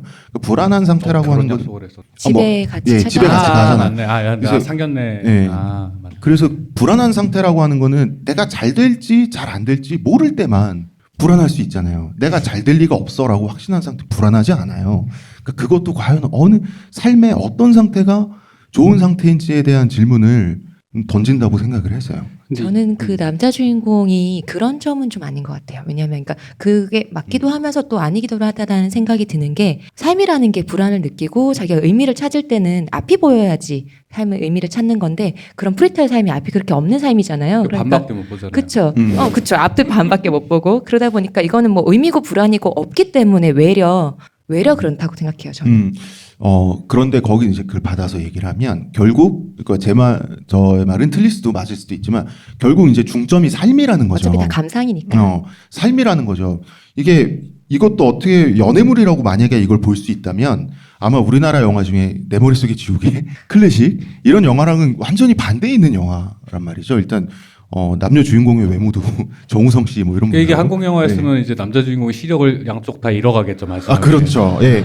양쪽 다 잃어가고 사랑을 위해서 죽죠. 네, 그렇죠. 예, 죽진 그리고- 않더라도 이제 마지막에 그럼에도 불구하고 뭐 이러면서. 근데 네. 그 눈이 생각해 보면은 정우성 씨가 양쪽 눈이 다 멀어가면서 지진하면 어떻게 모금을 해야지 하면은 되게 슬플 것 같긴 하거든. 근데 그 생각 안 하셨어요? 보통 원래 한쪽 시력이 멀면은 반대쪽도 멀어져 간다고 순서대로 하거든요. 뭐 예. 그렇게. 그래서 한쪽 눈이 안 보이니까 점점 멀어져 갈 텐데 그 얘기는 언제 나오나 저는 계속 기다렸거든요. 그 말을 할 줄 알았어요. 네, 그러니까 한쪽 반대쪽도 멀어져 갈 거야라고. 그렇죠. 이 영화가 미덕이 그런 포인트인 것 같아요. 말하지 않는 것들이 있어요. 그런 종류의 삶들에 있어서 노가다 하나마다 똑같다. 왜 보면은 중간 중간에 이렇게 일 공치는 날들이 있어요. 이렇게 일 공치는 날 있고 중간에 그 광고 그거 고지서 같은 거 고지서들 보는 거요? 이렇게 쭉 떨어뜨리는 장면인데 아마 감당이 안 될 거예요. 이제 그럼에도 불구하고 주변을 그런 식으로 케어하고 다니면서 이제 본인들이 감당해야 될 거를 이 영화 톤 자체에서 그거는 아마 당연히 그렇게 살고 있을 텐데 생략을 했죠. 근데 이제 그런 생략의 포인트들이 되게 적절하게 선택이 돼서 그 되게 시적인 느낌을 주는 것 같기는 해요. 근데 생각해 보니까 아까 그 도쿄 스카이 그 노래 네. 부르시는 분을 다루는 거에 대한 약간의 그 짓궂은 냉소라고 생각했는데 그 한쪽 눈도 점점 나머지 눈도 점점 갈 거야라는 것도 약간 짓궂은 냉소 같아요. 왜냐면 여자 주인공의 직업이 간호사잖아요. 네. 맞네. 대충 감 그걸 막을 수 잡고 없을 거야. 언제 요양하라는 얘랑 거지. 손절하지라는 타이밍을 보고 있는 그런 느낌 있잖아요. 아니죠. 간병하라는 거지. 아니 난 손절을 할 수도 있다고 손절이죠. 생각해. 왜냐하면 아까 클래식 내 머릿속에 지우개 이 얘기를 좀 더 하면 이런 우리나라 옛날에 신파들 보면 사랑이 삶보다 위에 있어요. 그러니까 사랑을 위해서 그 사랑하는 여자가 불평할까봐 인생에서 나의 자신을 치워줄게. 내가 죽을 수도 있어. 그러니까 신파라는 게 그런 의미입니다. 그렇죠. 네. 근데 이것도 연애물이라면 거꾸로죠. 그 삶 자체가 사랑 위에 있어요. 두 남녀 주인공이 특히 여자 주인공이 남자 주인공 특별히 반해서 어떤 사랑에 푹 빠지는 낭만적인 순간 같은 게 있어서 같이 뭐 결혼 약속까지 하게 된 게 아니거든요. 그냥 단지 내일 죽을 수도 있는 게 삶이고 일주일 후에 죽을 수도 있는 게 삶인데 그냥 내가 지금 오늘 할 일 다 끝내고 여가 시간이 몇 시간 있는데 오늘 내가 살아있을 때 오늘까지는 일단 살아있는데 뭐 하지? 라고 했을 때 단지 내가 외롭기 때문에 좀 덜 외롭기 위해서 그 사람 만날 수도 있는 거거든요. 누구를? 그러니까 이제 그걸 받아서 말씀을 드려보면 보통 이제 이런 류의 영화를 보면 이제 뭐 어쨌든 간에 영화에서 이제 제일 다루기 쉽지 않은 것들이 뭐냐면은 가족, 뭐 연애, 사랑에 대한 가치를 다루는 것들이에요. 뭐 뻔하다 이거죠. 그래도 뭐 가족이 뭐 돌아가라 뭐 그래도 연애가 답이다 뭐 이런 게 뻔한 거고 이 영화가 재밌었던 거는 그런 거죠. 이 영화에 보면 나오는 것들이 그것밖에 없어라는 질문이 보여요. 감독이. 그러니까 뭐 그나마 안드레스로 보여주는 지점이 그건 거죠. 안드레스가 이제 가족이 있고 애가 있다고 하는데 옆에서 그 주인공의 시점으로 보면 그건 네 얘기지라는 거죠. 그리고 내가 만약 좋아요. 그렇게 안드레스처럼 나도 그런 꿈이 있어서 어쨌든 이걸 뭐 여기서 좀 모아가지고 열심히 해서 어쨌든 운이 좋아가지고 기술도 좀 배워가지고 좀 더 높은 직급에 가서 돈을 모아서 다른 사람과 가족을 꾸리겠다라는 걸 했을 때, 그러니까 영화에 나오는 현실로 봤을 때 태반이 좀 사시는 분, 이게 뭐랄까, 이렇게 인생 선배가 되신 분들이나 젊으신 분들이 보기에도 이거밖에 없어? 싶을 거예요. 그럼 결국 결혼이 답이야? 가족을 꾸려야 돼? 연애밖에 해야 돼? 그러니까 뭔가 왜 다른 거 뭐 있을 것 같잖아요. 뭔가 도쿄 말고 뉴욕 어디 저기 뭐 덴마크 어디 가잖아. 그래서 그 친구는. 그러니까 여기서는 조용 기억이 하나도 없었어 하면서 뉴욕으로 실제로 떠나잖아요. 그러니까 답이 그러니까 이게 되게 선문답이지만은 결국 답은 내 안에 있는 것인데 뉴욕까지 근데 떠나느니. 그분 진짜 떠난 거 맞아요? 비행기를 보고 있고 캐리어를 끌고 다시 나가는 거라서 안 간 것 같더라고요. 그냥 그 돈이 저예산이다 보니까 비행기 태우는 장면을 네. 찍을 수가 없어서 그거를 뉴욕이다 치고 그렇게 표현을 그러면? 한 거예요. 그러니까 그 저기 뭐야 천국보다 낯선 그 짐 자무시 영화 보면은 웃기는 게 영화가 시작할 때 그 헝가리에서 뉴욕으로 도착했거든요. 근데 첫 장면이 저 언덕 위에서 비행기가 착륙하는 걸 보는 장면으로 시작을 해요. 그러니까 이제 그걸 그냥 도착했다라 표현한 거야 그냥 이렇게 떠났다도 그렇게 표현한 거. 그러니까 어쨌든 뻔한 얘기, 그 가족과 연애밖에 답이 없다라는 거는 그렇게 주제를 설정을 해버리면은 영화를 볼 때 아까 제가 리틀 포레스트 혹시 나오면 분노할까봐처럼 또 화날 포인트예요. 그게 장난쳐라는 거죠. 왜 헐리우드 영화가 주로 가족의 화합 이런 걸 다룰 때 사람들이 많이 화를 내는 이유가 결국 또 이래 이런 거라는 거죠. 아빠가 실직을 해서 가족이 뿔뿔이 흩어졌는데 갑자기 어떻게 해가지고 가족이 왜 그 미세스 다우파이어 그런 것처럼 그러니까 아버지가 실직했는데 가정부로 여자분장 해서 돌아와서 해가지고 다시 하다 보니까 가족에 뭐 했다 말도 안 되는 소리잖아요. 근데 이제 영화 그냥 코미디고 환타지니까 그냥 보는 건데 코미디고 환타지를 안 깔고 이런 식의 그 톤을 깔고 그 만약 그 얘기를 했으면 장난쳐거든요. 그러니까 되게 기만적인 소재라고 느껴질 수 있는데 그래서 좋았다는 거는 이 영화가 그거를 설정을 딱 하는 게 그거밖에 없어라는 거예요 인생에. 그러니까 니들이 뭐를 하든 간에 뭐 조금 더 좋아질 게 그나마 선택할 게 가족을 뭐 배우자를 혹은 파트너를 만난다 연애를 한번 시도해 본다. 근데 끝이 안 좋을 수 있어요. 그 지퍼 열린 그분이 약간 상징하는 것처럼 뭔가 옛날에 이분은 이미 결혼도 했었을 것 같고 애도 있었을 것 같기도 하고 뭔가 이랬었던 끝이 안 좋을 수도 있는데 그래서 트라이 해볼 수밖에 없지 않느냐. 죄송합니다. 외래어를 써서. 그래도 시도할 수밖에 없지 않느냐. 라는 것 같고 그런 톤에 그러니까 여기 감독님이 그런 부분에서 되게 솔직하세요. 그러니까 뭐냐면 저희들도 시나리오 쓸 때 만약에 예를 들어 제가 박 박사랑 같이 시나리오 쓰다 보면은 야 근데 결국 이렇게 쓰다 보면 답이 가족주의라든가 연애가 답이다 이런 식으로 쓰는 건 너무 아프니까 청춘이다 이런 류의 얘기 같지 않냐 하면서 그러면서 저희가 이제 드디어 그럼 안드레스를 사실은 옆방에 누구 하면서 이게 그러니까 시나리오의 어떤 그 감정의 구조를 그러니까 감정을 안 다루고 갑자기 거기서 구조를 바꾸기 시작해요. 감정을 다뤄서 전공법으로 이 영화처럼 들어가야 되는데 구조를 바꾸는 거죠. 사실은 안드레스. 그러니까 이 영화가 재밌는 게 영화가 이쯤에서 영화 끝내도 되겠는데 싶은 군데가 한 서너 군데 있어요. 네, 영화 이제 끝날 때 됐나 하고선 타임라인을 보면은 한 30분 더 남아 있고 그랬었죠. 근데 영화가 왜 안 끝나지 싶은데 그런 이유가 뭐냐면 항상 이제 그 어떤 사건보다는 사건 이후 전과 후의 감정을 위주로 다루고 그거를 쌓아가면서 마지막에 주인공이 그래도 관계를 만드는 쪽을 선택했다. 그러니까 근데 왜 이제 다들 저보다 연배도 많으신 분도 많이 계시니까 뭐 잘 아시겠지만 그 왜 살다 보면은 막 좋은 영화 보고 되게 동기부여되는 말 듣고 힘나는 말 듣고 뭐 길 가다 감동적인 모습을 보고 뭐 이제 어머니의 쓸쓸한 뒷모습을 보고 이러면 되게 뭔가 고향이 돼서 열심히 살아야지 혹은 뭐 효자가 돼 뭐 이런 각오를 하고선 집에 오잖아요. 자고 일어나면 까먹죠 높은 확률로. 그리고 똑같죠. 똑같은 삶을 살죠. 근데 이 영화도 사실은 마찬가지로 그 당시에 그 두 사람의 관계라는 게 잠시 연애로 인해 고향이 됐을 수는 있고 뭐 이렇게 뭔가 다른 사람이 되고 싶어라는 생각까지는 아니어도 뭐가 있을 것처럼 얘기를 할 수 그런 주인공들은 그런 감정을 느꼈을 수 있지만 아마 그 다음날 되면 또 싸우고 뭐 별일 없이 그냥 살던 대로 살 수도 있을 거예요. 그러나 아니 그렇게라도 해야지 뭐 다른 방법이 있나? 라고 하는 게 그 허리 아픈 아저씨가 얘기했던 아니 그래도 살아있는 동안은 죽기 전까지 살아야지 뭐라고 하는 게 그런 것 같아. 그거 말고 뭐 다른 방법이 있겠어? 우연히 찾아오는 죽음이라는 건 그래서 불행이 아니라 어떤 의미에서 축복이다. 그리고 왜 거기서 보면 왜 일하다 죽지 마 하면서 되게 시니컬하게 이렇게 그쵸. 하고 하잖아요. 그리고 왜 그 죽음 자체를 무겁게 터치하질 않아요. 그 약간 오히려 AV 그 포르노 테이프 보면서 이런 거 좋아했구만 뭐 이런 장면. 저도 친구한테 제가 죽으면 열어보지 말고 내 노트북을 그냥 불태워줘라는 부탁을 항상 심심할 때마다 하는데 그런 식의 것들로 이렇게 무겁게 터치를 하질 않아요. 그러니까 이게 정말 불행이다라는 태도는 아닌 거야. 그냥 어느 순간 운으로 랜덤으로 선택돼서 삭제되는 거지. 그게 그렇게 슬퍼할 일도 아니고 좋아할 일도 아니다. 그쵸. 그 죽음은 도처에 있는 거니까. 네. 근데 그 도처에 있는 죽음 속에서 그거를 어떻게 무미건조하지 않고 때로는 좀 촉촉하게 받아들일 수 있느냐. 저는 그 레즈비언 AV가 막 이렇게 몇 개 나오잖아요. 네. 그거 보고 저는 사실 그 장면도 좀 감동받았어요. 왜 감동받았냐면 그 전까지는 좀 아이고 그냥 인생이 뭘까 이러던 그 허리 아픈 아재가 갑자기 훌쩍거리거든요. 아이고 우리 토모유키인가요? 이런 거 좋아했었구나. 그게 뭐냐 하면 그게 사실 뭐 그런 거 봐도 되죠. 자기 취향이니까. 근데 그게 왜 드러났을 때 부끄러운 거. 약간 치부가 될 수 있는 거. 근데 사실은 그런 데서 사람의 체온을 느낄 수 있잖아요. 그 사람의 결함이 됐든지 어떤 좀 지저분한 취향이 됐든지 그 공사장에서 보여지는 좀 마초적인 그 와일드한 정도로 모습. 끝날 자신 있어요? 네.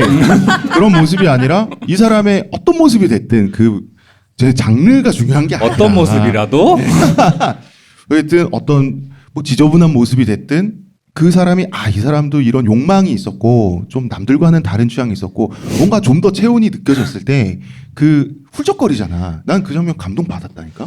응? 근데 이게 죽음을 다루는 지점이 저는 그러면서도 반쯤은 그 완벽하게 이제 감독님의 시선에 동의하기 조금 네. 미묘한 게, 그러니까 뭐냐면 이제 어떤 순간 이게 자세히 생각해 보면 그 중간에 그 먼저 죽으시는 그 형님 토모유키 그 마치다 류에이가 연기한 그분이 갑자기 뇌경색인가요? 네. 뇌경색으로 돌아가실 때 약간 선물 같은 거예요. 그러니까 이거는 마치 그 안락사 같은 기분 있잖아요. 안락사 같은 거예요. 그러니까 사실 힘든데 내가 죽을 용기는 없는데 누가 갑자기 이거 스위치 한 번만 딱 내려주면 너무 고맙잖아요. 왜 마치 뭐 설정으로 치면 옛날 뭐 무슨 일본 만화에나 나올 법한 설정. 죽고 싶은데 죽을 용기 없으니 킬러에게 돈을 줘서 킬러가 나를 언제고 죽을 수 있게. 근데 사실 알고 봤더니 킬러는 보디가드를 중학생 때 사랑하게 있었다. 돼가지고 보디가드가 다시 저를 살려주세요. 뭐 이렇게 되는 그런 류에 나오는 것처럼. 근데 이제 안락사, 왜냐면은 안락사라는 게 이게 재밌는 게 사실 안락사 얘기만 하면 이제 거기 뭐 찬반 양론도 있고 여러 가지 생각을 하시겠지만 이 영화에서 다루는 어떤 사회가 있죠. 그러니까 사회가 사람을 어디까지 끝까지 내몰 수 있을 때 흔히 말하는 사회적 타살이라는 말 있잖아요. 그러니까 내가 자살을 했지만 사실은 그게 자살이 아니라 사회가 거기까지 내몰았을 때 마지막 버튼을 누른다라는 거죠. 그러니까 뭐 예를 들어 요즘 같은 시기에 그 힘든 시기에 그렇게 막 학업의 고민을 부모가 막 푸시하고 환경이 푸시해 애가 여기 엘리베이터 올라가서 그냥 죽었다. 걔가 자살인데 그건 사실 자살이라고 보기 어렵잖아요. 즉 사회적으로 타살을 권유하거나 혹은 그런 푸시가 있는 사회에서는 안락사가 찬성을 하든 반대를 하든 그거는 그냥 뭐 다음 문제고 그 이전에 이미 옵션이 돼서는 안 되는 문제잖아요. 이미 사회적 타살에 처해 있을 만한 사람이 안락사라는 옵션이 있으면 그 사람이 안락사를 했을 때 그건 그 사람의 자의적인 존엄에 관련된 죽음을 선택하는 그 사람 개인의 존엄이라고 보기 힘들거든요. 그냥 엘리베이터 타고 올라가서 무섭게 덜덜덜 떨면서 떨어지는 것보단 조금 낫겠지 싶어서 선택한 어떤 것이다라는 거죠. 그러다 보니까 아니 그러니까 죽음이 도처에 있다라는 것에 대한 그 어떤 그 현실적인 감각은 좋은데 죽음을 이렇게 다뤘다라는 지점에서 보면 이것을 자칫 잘못하면 안락사라도 있었으면 좋겠다라는 그 막연한 감각이 왠지 영화를 보면서 생긴단 말이죠. 좀 지나친 냉소다.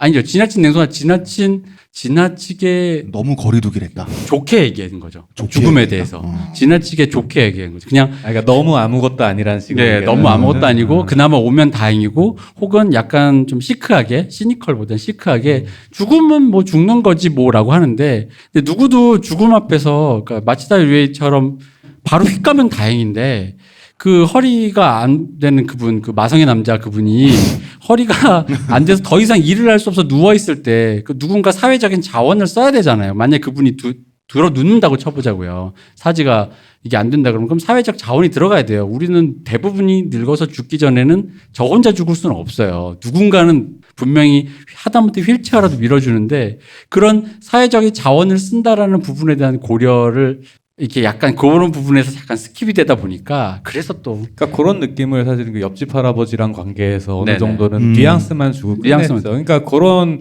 휠체어 믿는 것까지 안 나오는 요 선택 이런 것들이 그 어떤 시적으로 만들려고 한 어떤 아니 그게 전략이 오히려 저는 아니었을까. 젊다 감독이 다른 얘기에 꽂혔다 연애하자 그쵸. 그거지.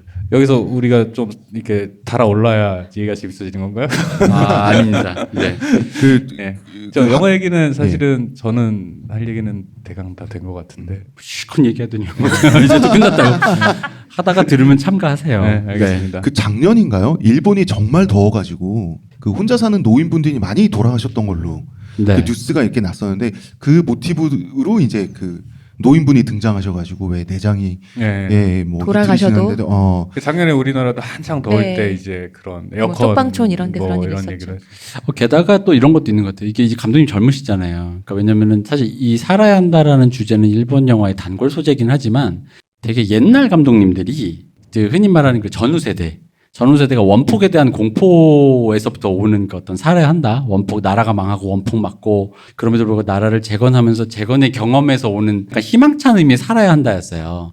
살아야 한다. 근데 이제 그래서 여기서 많이 나오는 모티브가 젊은 세대가 말하는 살아야 한다가 좀 온도가 다른 거예요. 뭐냐면은 젊은 세대가는 이제 그 원폭이나 전후 전쟁에 대한 건 없지만 그들이 최근에 겪은 게 이제 여기도 나온 지진. 후쿠시마라는 그런 우리 여기서는 아예 대놓고 나오진 않지만 중일본 대지진 아니 나오지 사실상 방사능 후쿠시마를- 방사능 이 정도면 일본에서 나온 작품들 중에 후쿠시마를 거의 대놓고 언급한 그쵸. 내가 볼 땐 거의 처음 본 것 같은 그래서 느낌인데. 동일본 대지진이라든가 아니면은 일본의 이제 노동법이 이제 갈수록 안 좋아지니까 그런 갈수록 안 좋아지는 그런 상태에서 우리 모두가 이제 비정규직화가 되어가는 그러니까 모두가 모두의 아웃소싱화가 되어가는 순간에서 그거를 그러니까 자기들이 겪은 그러니까 젊은 세대가 겪은 재난이라는 건 그런 거거든요. 근데 그러다 보니까 또 재밌는 건 뭐냐면 그 이전 세대가 전후 세대들이 겪었던 살아야 한다라고 했을 때 유인됐던 그 어떤 교훈은 이데올로기였어요. 그러니까 뭐 하다못해 대동아 공영 같은 거였단 말인 거죠. 아니면 그거 아니어도 뭐 전공투 세대가 겪었던 막시즘이라든가 뭐 어쨌든 뭐가 있었는데 이들이 겪었던 건 굉장히 그들에 비하면 뭐랄까 사람을 이렇게 뿔뿔이 흩어놓는 어떤 그런 느낌의 재난이다 보니까 왜냐면 나라가 망했다라는 느낌보다는 내가 죽게 생겼다에 가깝거든요. 생존 공포죠. 그죠. 그러니까 뭐냐면은 예를 들어 저기 이런 얘기 있죠. 그러니까 요즘 20대 여러분들이 왜 어른들이 왜 요즘 20대는 왜 이렇게 뭔가 얘기를 해줘도 말을 안 듣나라는 거에서 그런 간극이 어디서 오냐면 예를 들면 모택동 얘기를 할 때 지금은 이제 한창 386이라든가 운동권 세대들은 모택동의 얘기를 들으면 모택동이 했던 일을 이제 공과 과가 있지만 예를 들어 이런 게 있죠. 저 새는 해로운 새다가 참새가 다 죽었더니 사람들이 굶어 죽었단 말이에요. 그러면은 그럼에도 불구하고 뭔가 중국을 그렇게 이끌었어라는 것 쪽으로 그분들은 로망으로 느껴진단 말이에요. 그러니까 그 큰 거에 이끌린단 말이에요. 뭔가 그쪽이 로망인데. 근데 요즘 세대는 그렇게 해서 굶어 죽었다에 오히려 그 포인트가 포커스가 간단 말이에요. 우리 아버지가 아마 그런 사람일 것 같은 거예요. 그러니까 그렇게 굶어 죽은 수많은 인민들 네. 중에 한 명으로 감정이입을 하죠. 그죠. 그쪽으로 가니까 그런 거대 담론에 대한 로망에 끌림이 없어요. 그러니까 어른들이 야, 우리 땐 이런 거 막 대약진 운동 이런 거 얘기하면 막 가슴이 뛰었는데 해서 얘기를 해주면 왜요? 라는 거예요. 나는 가슴이 안 뛰고 우리는 그래서 강의실에서 박차고 나가서 화염병을 던졌다. 근데 그럴 리가 있나? 당장 지금 전두환이 나라를 망했다. 그래서 그런 생존 그 사람들이 느꼈던 그분의 공포는 이 사람들은 지금 당장 강의실 밖에 있거든요. 알바를 못 한다든가 알바를 해서 하다면 시간이 없어서 스펙이 안 돼서 잘린다든가 취업을 못 한다든가 내 인생이 거기서 끝난다든가라는 게 끌리니까 서로가 다른 게 다른 거고 이 영화에서 느껴지는 게 같은 살아야 한다는데 옛날 그러니까 구로사와 아키라 감독이라든가 미야자키 하야오 감독이 했던 살아야 한다. 예를 들면 모노노케 히메에서도 결국은 이렇게 자연을 파괴하고 뭐 이렇게 해도 그래도 우리 생명체는 살아가야지라는 느낌의 그렇게 뭔가 거대한 살아가야지라는 느낌보다는 이게 내가 주어진 조건이니 살 수밖에 없다. 근데 죽을 용기도 없다. 그러니 난 산다. 근데 갖고 있는 거 옵션이 뭐지? 근데 내가 되게 기만적이라고 느끼거나 짜증나는 것들밖에 없어요. 가족을 가져. 연애를 해봐. 근데 답은 없어. 아마 저 지퍼열린 아저씨 보면 내 가족도 깨질 것 같아.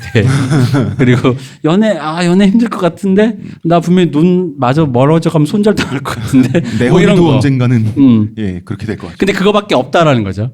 근데 그거를 이제 그러니까 약간은 보다가 저는 좋게는 봤지만 그 감독님이 젊다. 아직은 희망이 있다. 내 인생이 아직 이제 시작을 안 했다라는 생각이 들었고 그러다 보니까 제가 최근에 좀 독특한 경험을 했어요. 왜냐면 이 영화를 GV 이런 행사를 하려고 비슷한 주제가 뭐가 있을까 하다가 한 20년 전에 영화를 본 거예요. 뭐냐면 이제 기타노 다케시의 키즈 리턴을 봤어요. 근데 키즈 리턴에 보면 이제 그것도 젊은 친구들이 뭐 이것저것 한 사람은 둘이 같은 이제 뭐 학교에서 학업을 포기한 그런 애들인데 하나는 야쿠자 하다가 전형적이죠. 하나는 그러다가 권투하다가 둘 다 실패를 하고 야쿠자 했던 애는 팔 하나 못 쓰고 권투하던 애는 그 감량의 혹독함이나 그런 자기를 깎아야 된다라는 그거가 너무 힘드니까 거기서 낙오가 됐단 말이에요. 당연히 젊은 친구가 뭐 여자도 만나고 싶고 밥도 먹고 싶고 술도 먹고 싶으니까 그러다 보면서 이 권투를 한다라는 그런 거에서 이제 떨어져 나가서 아무것도 안 된 정말 그래서 아침에 신문 배달하다가 그 자기 연락이 끊겼던 그 야쿠자 그 형을 만나요. 야쿠자 형한테 요즘 뭐해? 그랬더니 나도 일자리 알아보러 나가 하는 거예요. 근데 그때 그 친구들 나이가 한 20대? 초중반인데 마지막 대사가 있었어요. 뭐냐면 둘은 맨날 수업을 포기하고 수업 시간에 운동장에서 빈 운동장 남들 수업할 때 자전거를 타는 그게 그 영화 포스터입니다. 근데 그걸 이제 그런 뭔가 어쨌든 자기 1차적으로 실패를 했잖아요. 인생에서. 그리고 둘이 다시 우리 고등학교 때처럼 그거 한번 타볼까요? 하고 고등학교 운동장을 돌아요. 그 고등학교는 이제 자기는 졸업했지만 자기 후배들이 또 공부하고 있죠. 여전히 빈 운동장인데 그때 마지막 대사가 그런 거예요. 형, 우리는 이제 끝난 걸까요? 그런데 그 친구가 이제 시작이지라는 얘기를 해요. 시작도 안 했어. 그러세요. 시작도 안 했어. 근데 그게 제가 어렸을 때 봤을 때는 그 동년배였을 때는 로망으로 느껴졌어요. 그게 90년대 중반쯤 네. 영화죠. 그러니까 그때는 그런 거를 되게 그런 종류의 결론 그 영화 자체도 그때 당시 기준으로 엄청 시니컬한 영화였거든요. 그러니까 그게 되게 힘차고 그럼에도 불구하고 우린 산다라고 느꼈는데 제가 다시 보니까 왜냐면 그 영화를 만들 때 다케시 나이가 돼서 보니까 그런 얘기가 아닌 것 같은 거예요. 뭐냐면 우리는 시작도 안 했어가 아니라 이미 시작이 하고 뭐가 시작이면 끝이 시작인 거예요. 이제 끝난 거예요. 끝났으니까 끝났어. 자 시즌 2 시작합시다. 흔히 말하는 저기 엔드게임 있잖아요. 그렇죠. 엔드게임인 거예요. 이제부터 나의 남은 삶은 지루하고도 지루한 끝인 거예요. 라는 느낌으로 찍었다라고 생각을 했고 그게 어렸을 때 내가 왜 뭐에 취해서 이걸 로망으로 받아들였을까. 나의 삶은 아직 끝나지 않았을까. 그러다 보니까 제가 키즈 리턴과 비교해 보니 이 감독님이 아직 젊다. 이 감독님도 제 생각에는 한 40대 후반 정도 돼서 다시 영화를 찍을 때 자기 영화를 보면서 이불킥을 하든가. 아니지 내가 젊었다. 그치. 생각하기 그때 그때 내가 젊었다. 희망적이었다. 그때 내가 젊은이들에게 못할 말을 했었다. 여전히 프리터인 그들과 함께하고 싶다. 이런 거 있잖아요. 세상은 변하지 않았어. 아마 그럴 것 같은 느낌이 좀 있는 거죠. 저는 그 정도는 아닐 것 같고 그 정도는 아닐 것 같습니다. 아 그래요? 저는 그 이게 정도일 다른 이런 류의 일상물의 일본 영화에 비해서 좋았던 게 보통 이런 일상물을 다룬 일본 영화들이 소소한 생활을 다루잖아요. 소소한 생활을 다루면서 이거면 됐다, 이만하면 됐지라는 요 정도 살면 잘 사는 거야라는 식으로 그려서 전 그게 되게 기만적이라고 생각했어요. 뭔가 뭐가 좋아라는 느낌인데 저렇게 살아도 괜찮아라는 느낌인데 이 영화는 그런 느낌이 없어서 좋았어요. 마지막이 흐뭇하게 끝났다고 느껴지는 것도 사실은 그 앞에 지루한 걸 참았기 때문인 거잖아요. 근데 지루한 걸 참았는데도 흐뭇하지 않을 수도 있는데 사실은 별거 아닌 삶인데 너네 이만하면 잘 사는 거야라고 감독님이 그리질 않아서 그런 시선이 아니라서 저는 이 영화가 좋은 것 같아요. 마지막이. 그리고 그런 시선인 거 아니에요? 아니요, 저는 그렇게는 안 느껴지는데 그런 식으로 기만적으로 야 너는 이만하면 잘 사는 거지 뭐 아직 젊고 아직 노가다 할 노가다 할 힘이 있지라는 식으로는 아니잖아요. 그래서 저는 기만으로 안 느껴져서 이 영화가 마지막에 그래서 좋았어요. 네, 저도 거기엔 동의합니다. 네. 그게 뭐라 해야 되지? 웃기는 얘기인데 제가 2003년 초에 아직도 기억나는 게 이제 2003년 초에 그 일본을 처음 갔어요. 도쿄에 가면서 저는 그때 당시에 호박과 마요네즈라든가 롱베케이션 이런 거에 심취했던 시절이라 일본에 친구가 거기 자취하는데 놀러 갔단 말이죠. 그러니까 친구가 도쿄 북쪽에서 남쪽으로 이사를 하는 걸 도와주러 2주 주말을 껴서 2주를 딱 놀러 가면서 머릿속엔 그런 작품들을 상상하고 간 거죠. 그래서 혼자 2주 내내 혼자 다녔는데 엄청 재미가 없었는데 그때 딱 갔을 때 그때 호박과 마요네즈 뭐 이런 작품들의 로망을 내가 실제로 가서 체험을 해야죠. 갔을 때 제일 먼저 일본에서 눈에 띈 건 한국이랑 다른 점들이었어요. 엄청 비슷한데 엄청 깨끗하고 각 역마다 거의 명동급의 저보다 이제 일본 잘하시는 분들도 많겠지만 명동급의 상권이 다 형성이 됐고요. 와 되게 대단하다 이 생각을 하고 왔는데 한 15년이 지나서 작년에 거의 15년 만에 다시 갔죠. 트와이스 보러요. 네. 네. 이게 그래서 그랬나? 그치. 이제는 다른 점이 아니라 같은 점만 보이는 거야. 차이가 없어요. 그러니까 이어폰을 꽂고 있으면 이어폰에서 트와이스 노래가 나오고 있으면 여기가 명동인지 도쿄인지 구분이 안 되는 거예요. 이렇게 거리만 보고 있으면은. 그때 당시에는 실제로 일본의 경제적인 수준이 한 20년이나 이때는 실제로 그게 그런 도쿄에서 혼자서 도시의 낭만, 그런 파편화된 삶의 낭만, 그런 것들이 어느 정도는 낭만으로 받아들여질 만한 시대였기 때문에 그런 작품들이 아마 나왔을 거예요. 그런 안분지족하는 작품들이. 아니 우리나라도 옛날 뭐 달콤한 나의 도시 말이야. 예, 그렇죠. 그런 감성이 아주 잠깐 왔다가 사라졌죠. 그러고 나서는 아마 지금은 그런 종류의 그런 기반이 아마 일본도 어느 정도 좀 위기가 왔거나 혹은 거기에 사람들이 지쳤거나 뭐 그런 조짐이 있죠. 제가 이게 일본 통은 아니라서 모르겠는데 제가 알기로는 실질 소득은 이제 별 차이가 없다고 알고 있거든요. 일본이나 우리나. 그리고 그들의 노동 환경도 우리랑 비슷한 그건 전 세계적인 변화니까 아마 별 차이가 없을 거고 그러다 보니까 아마 이제는 그게 더 이상 로망으로 보여지기 쉽지 않은 상황이 된 거 아닐까라는 생각은 좀 들긴 해요. 그런 느낌이 좀 있어요. 이거는 제 짐작이라서 확인을 나중에 해보고 확인이 되면 제가 언젠가 네. 방송에서. 아니 근데 그렇죠. 안 돼도 뭐 네. 그만이잖아. 본인들이 알아보세요. 그냥 여담인데요. 반농담 삼아 그 영화에 거북이가 나오잖아요. 내가 봤을 때 소품으로 섭외한 거북이일 텐데 그 촬영 감독님이랑 감독님도 깜짝 놀라셨을 것 같아요. 거북이 되게 건강하지 않아요? 야채를 너무 맛있게 먹는 거예요. 그 거북이가 거북이 먹방. 네, 거북이 먹방인데 이게 조그만 거북이가 정말 야무지게 막 꼭꼭 씹어서 야채를 너무 잘 먹어가지고 저는 이게 괜히 기억에 남아요. 그냥 기억에 남는 거. 그다음 또 하나는 왜 노래방에 남주랑 여주가 가잖아요. 예. 예, 근데 약간 제발 그만하는 관객들에게 그런 마음을 주는 노래를 되게 못 부르는데 남주가 그 노래가 어떤 노래인지 좀 되게 궁금했는데 그 노래 가사가 되게 내용이 한심하잖아요. 그 여자 써볼 때 찌질대는 가사란 말이야. 가사도 찌질대고 네. 노래도 노래도 못 부르는데 여자 주인공은 이미 지쳤어. 네. 이미 지쳐서 근데 저거 언제 그러다 끝나나 갑자기 보고 있는데 앵기잖아요. 앵겨요 갑자기. 마음이 허해서. 그게 이제 데이트를 망치는 최악의 태크로. 그 모든 걸 밟잖아요. 근데 그 옛날에 맨날 이 대표님은 어색, 정색, 버럭 결렬. 그 테크. 근데 저는 이제 그 최악의 데이트를 보면서 약간 과거에 나와 약간 감정이입이 되는 옛날 생각이 나는 거예요. 옛날에 과거? 그랬어? 그게 과거라고요? 뭐냐면 이럴 과거? 때가 있잖아요. 아니 이럴 과거만- 때가 있잖아요. 어떨 때가 있냐면 옛날이지만 이제 데이트하고 싶은 여성분한테 막 이렇게 만나자.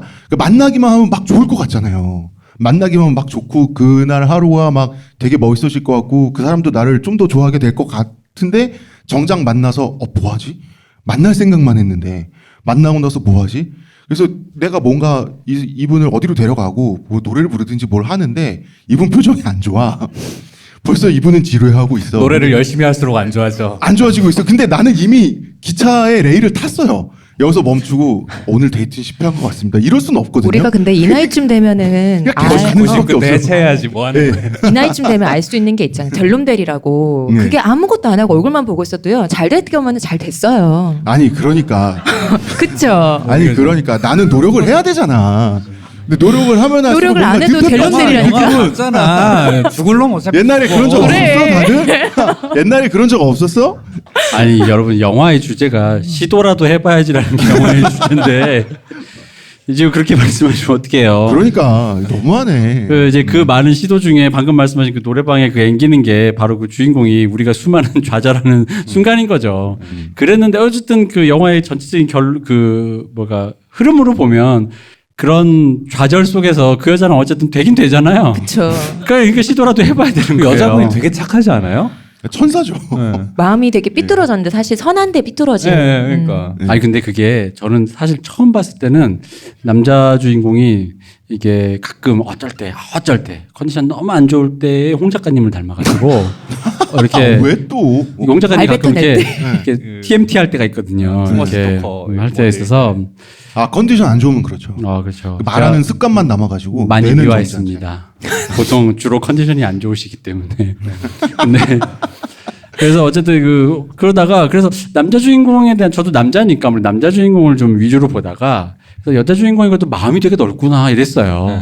그렇죠. 그 정도로 데이트를 막 했는데. 네. 근데 두 또 번, 세 번 만나주잖아. 보면서 느낀 거는 여자 주인공 되게 짜증나는 캐릭터인 거예요. 되게 좀 그냥 넘어가는 말도 계속 그래도 죽어. 어차피 죽어. 뭐 그럴 거야. 어차피 안 돼. 뭐 이러는데 사실 그게 되게 힘 빠지잖아요. 그 중간에 한마디 하잖아요. 죽는다는 얘기 좀 그만하라고. 그러니까. 네. 그러니까 그게 처음 봤을 때는 저는 그 대사를 놓쳤거든요. 네. 그 남자 주인공이 그런 얘기 좀 그만해라고 네. 했는데 그게 이제 제가 그 여자 주인공을 보면서 얘 되게 짜증나네 이러고 있다가 남자 주인공이 그 말을 딱 할 때 느끼는 건데 그러니까 그게 좀 이 캐릭터가 좋았던 게 여자 주인공이 그럼에도 불구하고 남자를 받아주는 약간의 그 빈틈이 있어요. 네. 공간이 있어요. 그리고 또 남자 주인공이 막 아무렇게나 막 TMT 하는 것 같지만 의외로 어른스러운 구석이 있어요. 네. 어느 순간은 또 약간 좀 뭐 이런 표현이 좀 그렇습니다만 뭐 이렇게 남자답다고 해야 되나? 그냥 내가 사줄 거야 뭐 이런 느낌 있잖아요. 근데 그런 어떤 자기가 뭔가 호인 같은 느낌이 있죠. 그죠. 이렇게 그런 게 주변 있어요. 사람들. 그러니까 서로가 서로가 필요한 공간이 우연히 있다 보니까 그게 좀 어떻게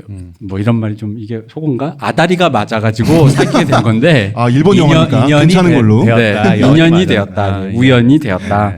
그런데 그래서 캐릭터가 좋았고 저는 또 그러다가 중간에 사실 홍 작가님이 마치다 류에이가 죽을 때 감동받았던 이유는 그 마치다 류에이라는 배우가 사실 나름 일본에서 대배우입니다. 되게 주연급 배우인데 이 조연으로 나와서 속절없이 죽는 거예요. 깜짝 놀랐어요. 근데 일본 영화를 보면 이런 대조연급, 주연급 배우들이 주로 이런 조연급이나 이런 데로 나와가지고 씬스틸 딱 하고 그렇게 사라지는 경우도 많거든요. 일본이 우리나라랑 달라가지고 뭐랄까 사무소라고 그러죠. 그러니까 기획사에서 월급제로 이렇게 한다 그래요. 그래가지고 배우들한테 일을 쉬지 않고 주는 게 중요하다 보니까 그런 영화에도 계속 나가게 되다 보니까 이런 영화에 된다 그러더라고요. 그래서 좋네요. 네 그러다 보니까 저런 좋은 배우가 나와가지고 이렇게 영화를 이런 좀 나름 저예산 딱 봐도 저예산이잖아요. 근데 저예산에 왜냐면 저 처음에 이 여배우가 되게 신인 배우거든요. 그리고 이게 되게 사실주의적이다 보니까 이게 얼평은 아닙니다. 이게 얼평은 아닙니다. 그냥 사실적이다 보니까 그냥 이제 것 같은데. 이게 이제 그런 영화구나. 근데 배우니까 인디 가능하죠. 영화구나. 사실적인 영화구나 했어요. 근데 여배우분은 되게 볼매더라고요. 그렇죠. 네. 저희 개인적인 감상표입니다. 저희 이거 보고 우리 전에 그 얘기 했었잖아요. 그러니까 여배우분이 되게 미인은 아닌데 정말 볼매인데 어떤 씬으로 나와도 자다가 일어나도 아니면은 이렇게 꾸미고 나와도 저녁에 일을 해도 늘 향상성을 가진 얼굴인 거예요. 머리 스타일이랑 네, 맞아요. 배우는 배우다 그래서 보면서 그러니까. 역시 그래서 이 신인 배우랑 이렇게 사실 가다가 중간에 그러니까 좋은 배우가 우리가 알고 있는 좋은 배우도 연기를 잘하는 배우 그런 배우들이 조연이더라도 영화의 톤을 좀 잡아주는 건 되게 좋거든요. 근데 사실 그런 거를 저 정도 급의 배우들이 잘 안 하려고 하거든요. 그러다 보니까 중간에 믿을 만한 사람이 없으니까 영화의 톤이 이렇게 슬쩍 이렇게 뭐랄까 흩어지는 거 그런 것들을 배우들이 이렇게 잡아주는 건데 그래서 중간에 아마 그 마치다 류에이가 보여주는 그 어떤 그 연기력 그리고 마치다 류에이가 보여주는 그 존재감이라는 게 있었기 때문에 홍 작가님이 그 지점에서 감동을 받은 게 아니냐. 저는 사실 그렇게 생각하거든요. 그런 다른- 것도 같아. 네. 얘기 들어보니까 이게 그 왕좌의 게임 첫 화에서 그 아저씨 첫 시즌에서 첫 화에서 아빠요. 죽은 스타크. 네, 댕강으로 끝나죠. 그렇죠. 그 느낌 약간 있죠. 그죠. 네. 그러니까 좋은 그분처럼 그렇죠. 존 스타크는 죽은 스타크밖에 없으니까. 미국의 김갑수 씨 네, 그렇죠. 나오시면 돌아가시는 안내상이라던가. 나오시면 돌아가시는. 어쨌든 그렇습니다. 그래서 영화 감상은 대충 이런데 더 얘기하실 거 있으세요? 예, 질문. 네. 그래서 잠깐만요. 그 아까 질문 아 이게 이렇게 질문지까지 받으니까 뭔가 팬미팅 하는 느낌이라 머리에 토끼 모자라도 쓰고 있어야 되는 건가? 아, 좀 고민을 끔찍한 약간 얘기 좀 하지 마. 그 고민을 하고 있다가 아니 근데 어쨌든간 여러분은 나한테 처음 좀 표 나눠주실 때 시온님이 일일이 아이 컨택을 하시고 저희는 뒤에서 컵을 담으면서 이렇게 소처럼 일하고 있을 때 아니 그 했으니까. 컵이 담아도 안 줄더라고요. 네. 제가 많이 쌓았어요. 일단 그럼 이제 잠깐 얘기를 바꾸면 그 굿즈를 저기 디자인을 해주시고 여기 이것도 디자인을 해주신 그 임철규 디자이너님이 계시고요. 그 수고하셨고 그 임철규 디자이너님과 함께 이 굿즈를 일일이 그 만들어주는 제작 업체의 뭐 사이즈, 뭐 개수 이런 거 다 하신 시온님에게 일단 박수를. 고맙습니다. 그래서 일단 수고를 다 하셨고 저희가 이제 그 영화 얘기는 대충 이렇게 끝날 것 같지만 너무 급 끝내는 것 같아가지고 말은 좀 엔딩을 좀 맺어야 될 것 같잖아요. 아, 그쵸. 이게 녹음부로 들어가는 거니까요. 아, 예, 그렇죠. 그러니까 홍 작가님이 좀 어떻게 잘 알아서. 아니 난 네. 지금 나 할 말을 다 했는데 네. 지금 나한테 시키면 어떡해. 빨리 만들어 보세요. 빨리 만들어 보세요. 홍 작가님 잘하잖아요. 만들어. 그러니까 그 예전에는 막 만들고 있잖아. 지금 가면 있어봐. 옛날에는 굉장히 비극적인 막 센 영화, 뭐 남자 주인공 죽고 스카페이스처럼 뭐 왜 이런 거 있잖아요. 남성 노화를 보면은 열심히 살았던 주인공이 좀 더 잘해보고자 하다가 결국 총 맞고 칼 맞고 이래서 지저분한 부두의 밤에 항구에 있잖아요. 그 지저분한 바닷물 속에서 막 시체가 돼서 둥둥 떠 있는데 뭐 엔딩 크레딧이 올라간다든지. 듣기만 해도 한국 영화네요. 아, 그쵸. 네. 예. 혹은 뭐 대단히 잘 된다든지, 대단히 눈물을 뽑는다든지. 그러니까 감동이 옛날에는 그러니까 제가 영화를 처음 좋아하기 시작할 때는 그 되게 단순했어요. 그러니까 처음에 그 예술을 감상할 때는 다 그런 것 같아요. 저 같은 경우는 해피엔딩과 새드엔딩. 해피엔딩이 주는 만족감, 새드엔딩이 주는 굉장히 슬프고 좀 기분이 안 좋지만 뭔가 그 가슴을 긁는 쎄한 느낌. 그게 뭐 블랙커피 마실 때 쓰면 쓸수록 기분 좋을 때가 있듯이 그런 식으로 오는 거. 뭐 그러니까 밝으냐 어둡냐 음이냐 양이냐 이렇게 했다면 지금은 그 영화가 새드엔딩이냐 해피엔딩이냐 상관없이 영화의 결론과 상관없이 영화의 언어, 그 서사를 어떠한 관점에서 만들어냈느냐 거기에 동의가 되면 감동을 느끼게 되는 것 같아요. 꼭 이제 이 영화의 결말이 어땠으면 좋겠다라는 거에 대한 집착은 어느 정도 벗어나게 됐다는 생각이 이런 영화를 지금 우리가 오늘 이야기한 이런 영화를 볼 때마다 좀 느껴지는 것 같아요. 그래요. 이제 저는- 빨리 당신들이 얘기해. 저는 사실 요즘에는 늙어서 그 해피엔딩이었으면 좋겠어요. 주인공 무조건 살았으면 좋겠고 이게 웬만하면 안 죽었으면 좋겠고 왜냐면은 그 최근에 뭐 이렇게 버닝썬 보면서 한국 느와르 영화 같잖아요. 벌써 개봉했어요? 버닝썬이라는 영화 같잖아요. 그러니까 왜 아무것도 없는 그냥 평범한 집의 애가 연습생으로 시작해서 이게 아무 네트워킹이 없는 뭐 예를 들어 아버지가 장차관이면 내가 뭐 너를 뭐 소개시켜 줄게 이럴 수도 있는데 아무 네트워킹 없는 애가 연습생이 돼서 아이돌이 돼서 그래가지고 클럽을 만들고 더 높은 거 3천억만 되면 될 거야 이런 꿈을 꿔 하다 결국은 마지막에 느와르 주인공 초록 물고기 한석규도 이렇게 끝난 거잖아. 이렇게 손 꼬리 자르는 것처럼 그런 걸 보다 보니까 실물로 이게 한국 느와르 영화를 시간으로 보다 보니까 영화라도 조금 이게 되는 것 같아요. 그러니까 저는 어렸을 때 저도 젊을 때는 헐리우드 영화 별로 이런 결론 기만적이야라고 했는데 아니 난 근데 거기엔 이런 것도 있는 것 같아요. 제가 홍콩 느와르를 볼 때보다 네. 한국 느와르를 볼 때 더 괴로워요. 네, 그렇죠. 왜냐하면 더 감정이입이 되는 거야. 네. 그러니까 신세계처럼 꼭 한국이 아니어도 약간 무국적적인 느낌이면 그냥 완전 장르물이잖아요. 나중에 별 아무런 감정이 없는데 그 비열한 거리는 되게 괴로웠어요. 비열한 거리 같은 경우는 그 청년에게 조인성 씨가 연기한 감정이입이 되는 거예요. 거기 나왔던 풍경들, 90년대 강동구 강남, 그 제가 자랐던 데라 그런지 뭔가 그게 느껴지는 거예요. 저 거리두기가 잘 안 되죠. 거리두기가 잘 안 돼. 근데 홍콩 누아르는 거리두기가 되니까 장르물로 소화가 되는데 나중에 조인성 씨 그 죽는 장면, 부하들한테 배신당해서 그 되게 괴로웠어요. 그건 내가 힘들었어. 그거는 그런 것도 있는 것 같아요. 그래서 영화가 저 사실 이 영화를 고르면서 그래서 어떤 연령대 분들이 오실지를 제가 몰라가지고, 왜냐면 제가 성함을 그 카페24 쇼핑몰에서 제가 여러분들 성함을 정리하면서 그 성함에 또 이렇게 메모 남겨주신 분들 거 보면서 이게 추정되는 느낌이 있잖아요. 근데 막상 이렇게 보니까 되게 다르더라고요. 다 다르시더라고요. 이분 남자였어? 뭐라든가. 뭐 이래가지고 약간 그랬는데, 그러니까 저 보면서 왜 그랬냐면 이런 영화를 틀어드리는 게 이게 맞나? 라는 생각이 드는 거예요. 근데 오늘 관객분들 표정 보니까 안 맞았던 것 같아. 이거 아까 저 졸다가 살이 들이신 분 보고 내가 큰일 단단히 실수하셨다. 실수했구나 생각을 해가지고, 그래서 물론 저도 개인적으로 해피엔딩을 좋아하다 보니까 이제는 이런 영화를 틀어주는 게 의미가 없는 게 아닌가 싶지만, 그럼에도 불구하고 나름 주목받는 영화였다는 의미에서 이제 좀 재밌게 보셨으면, 뭐 이제 돌아가셔서 이렇게 후기를 남기실 때 영화 그렇게 그딴 영화 하고. 좀 그런 그따위 영화 이러시면 안 돼요. 진짜 그러시면 안 됩니다. 그러면 이제 영화 얘기는 여기까지 하고요. 여러분이 주신 질문지 한번 해볼게요.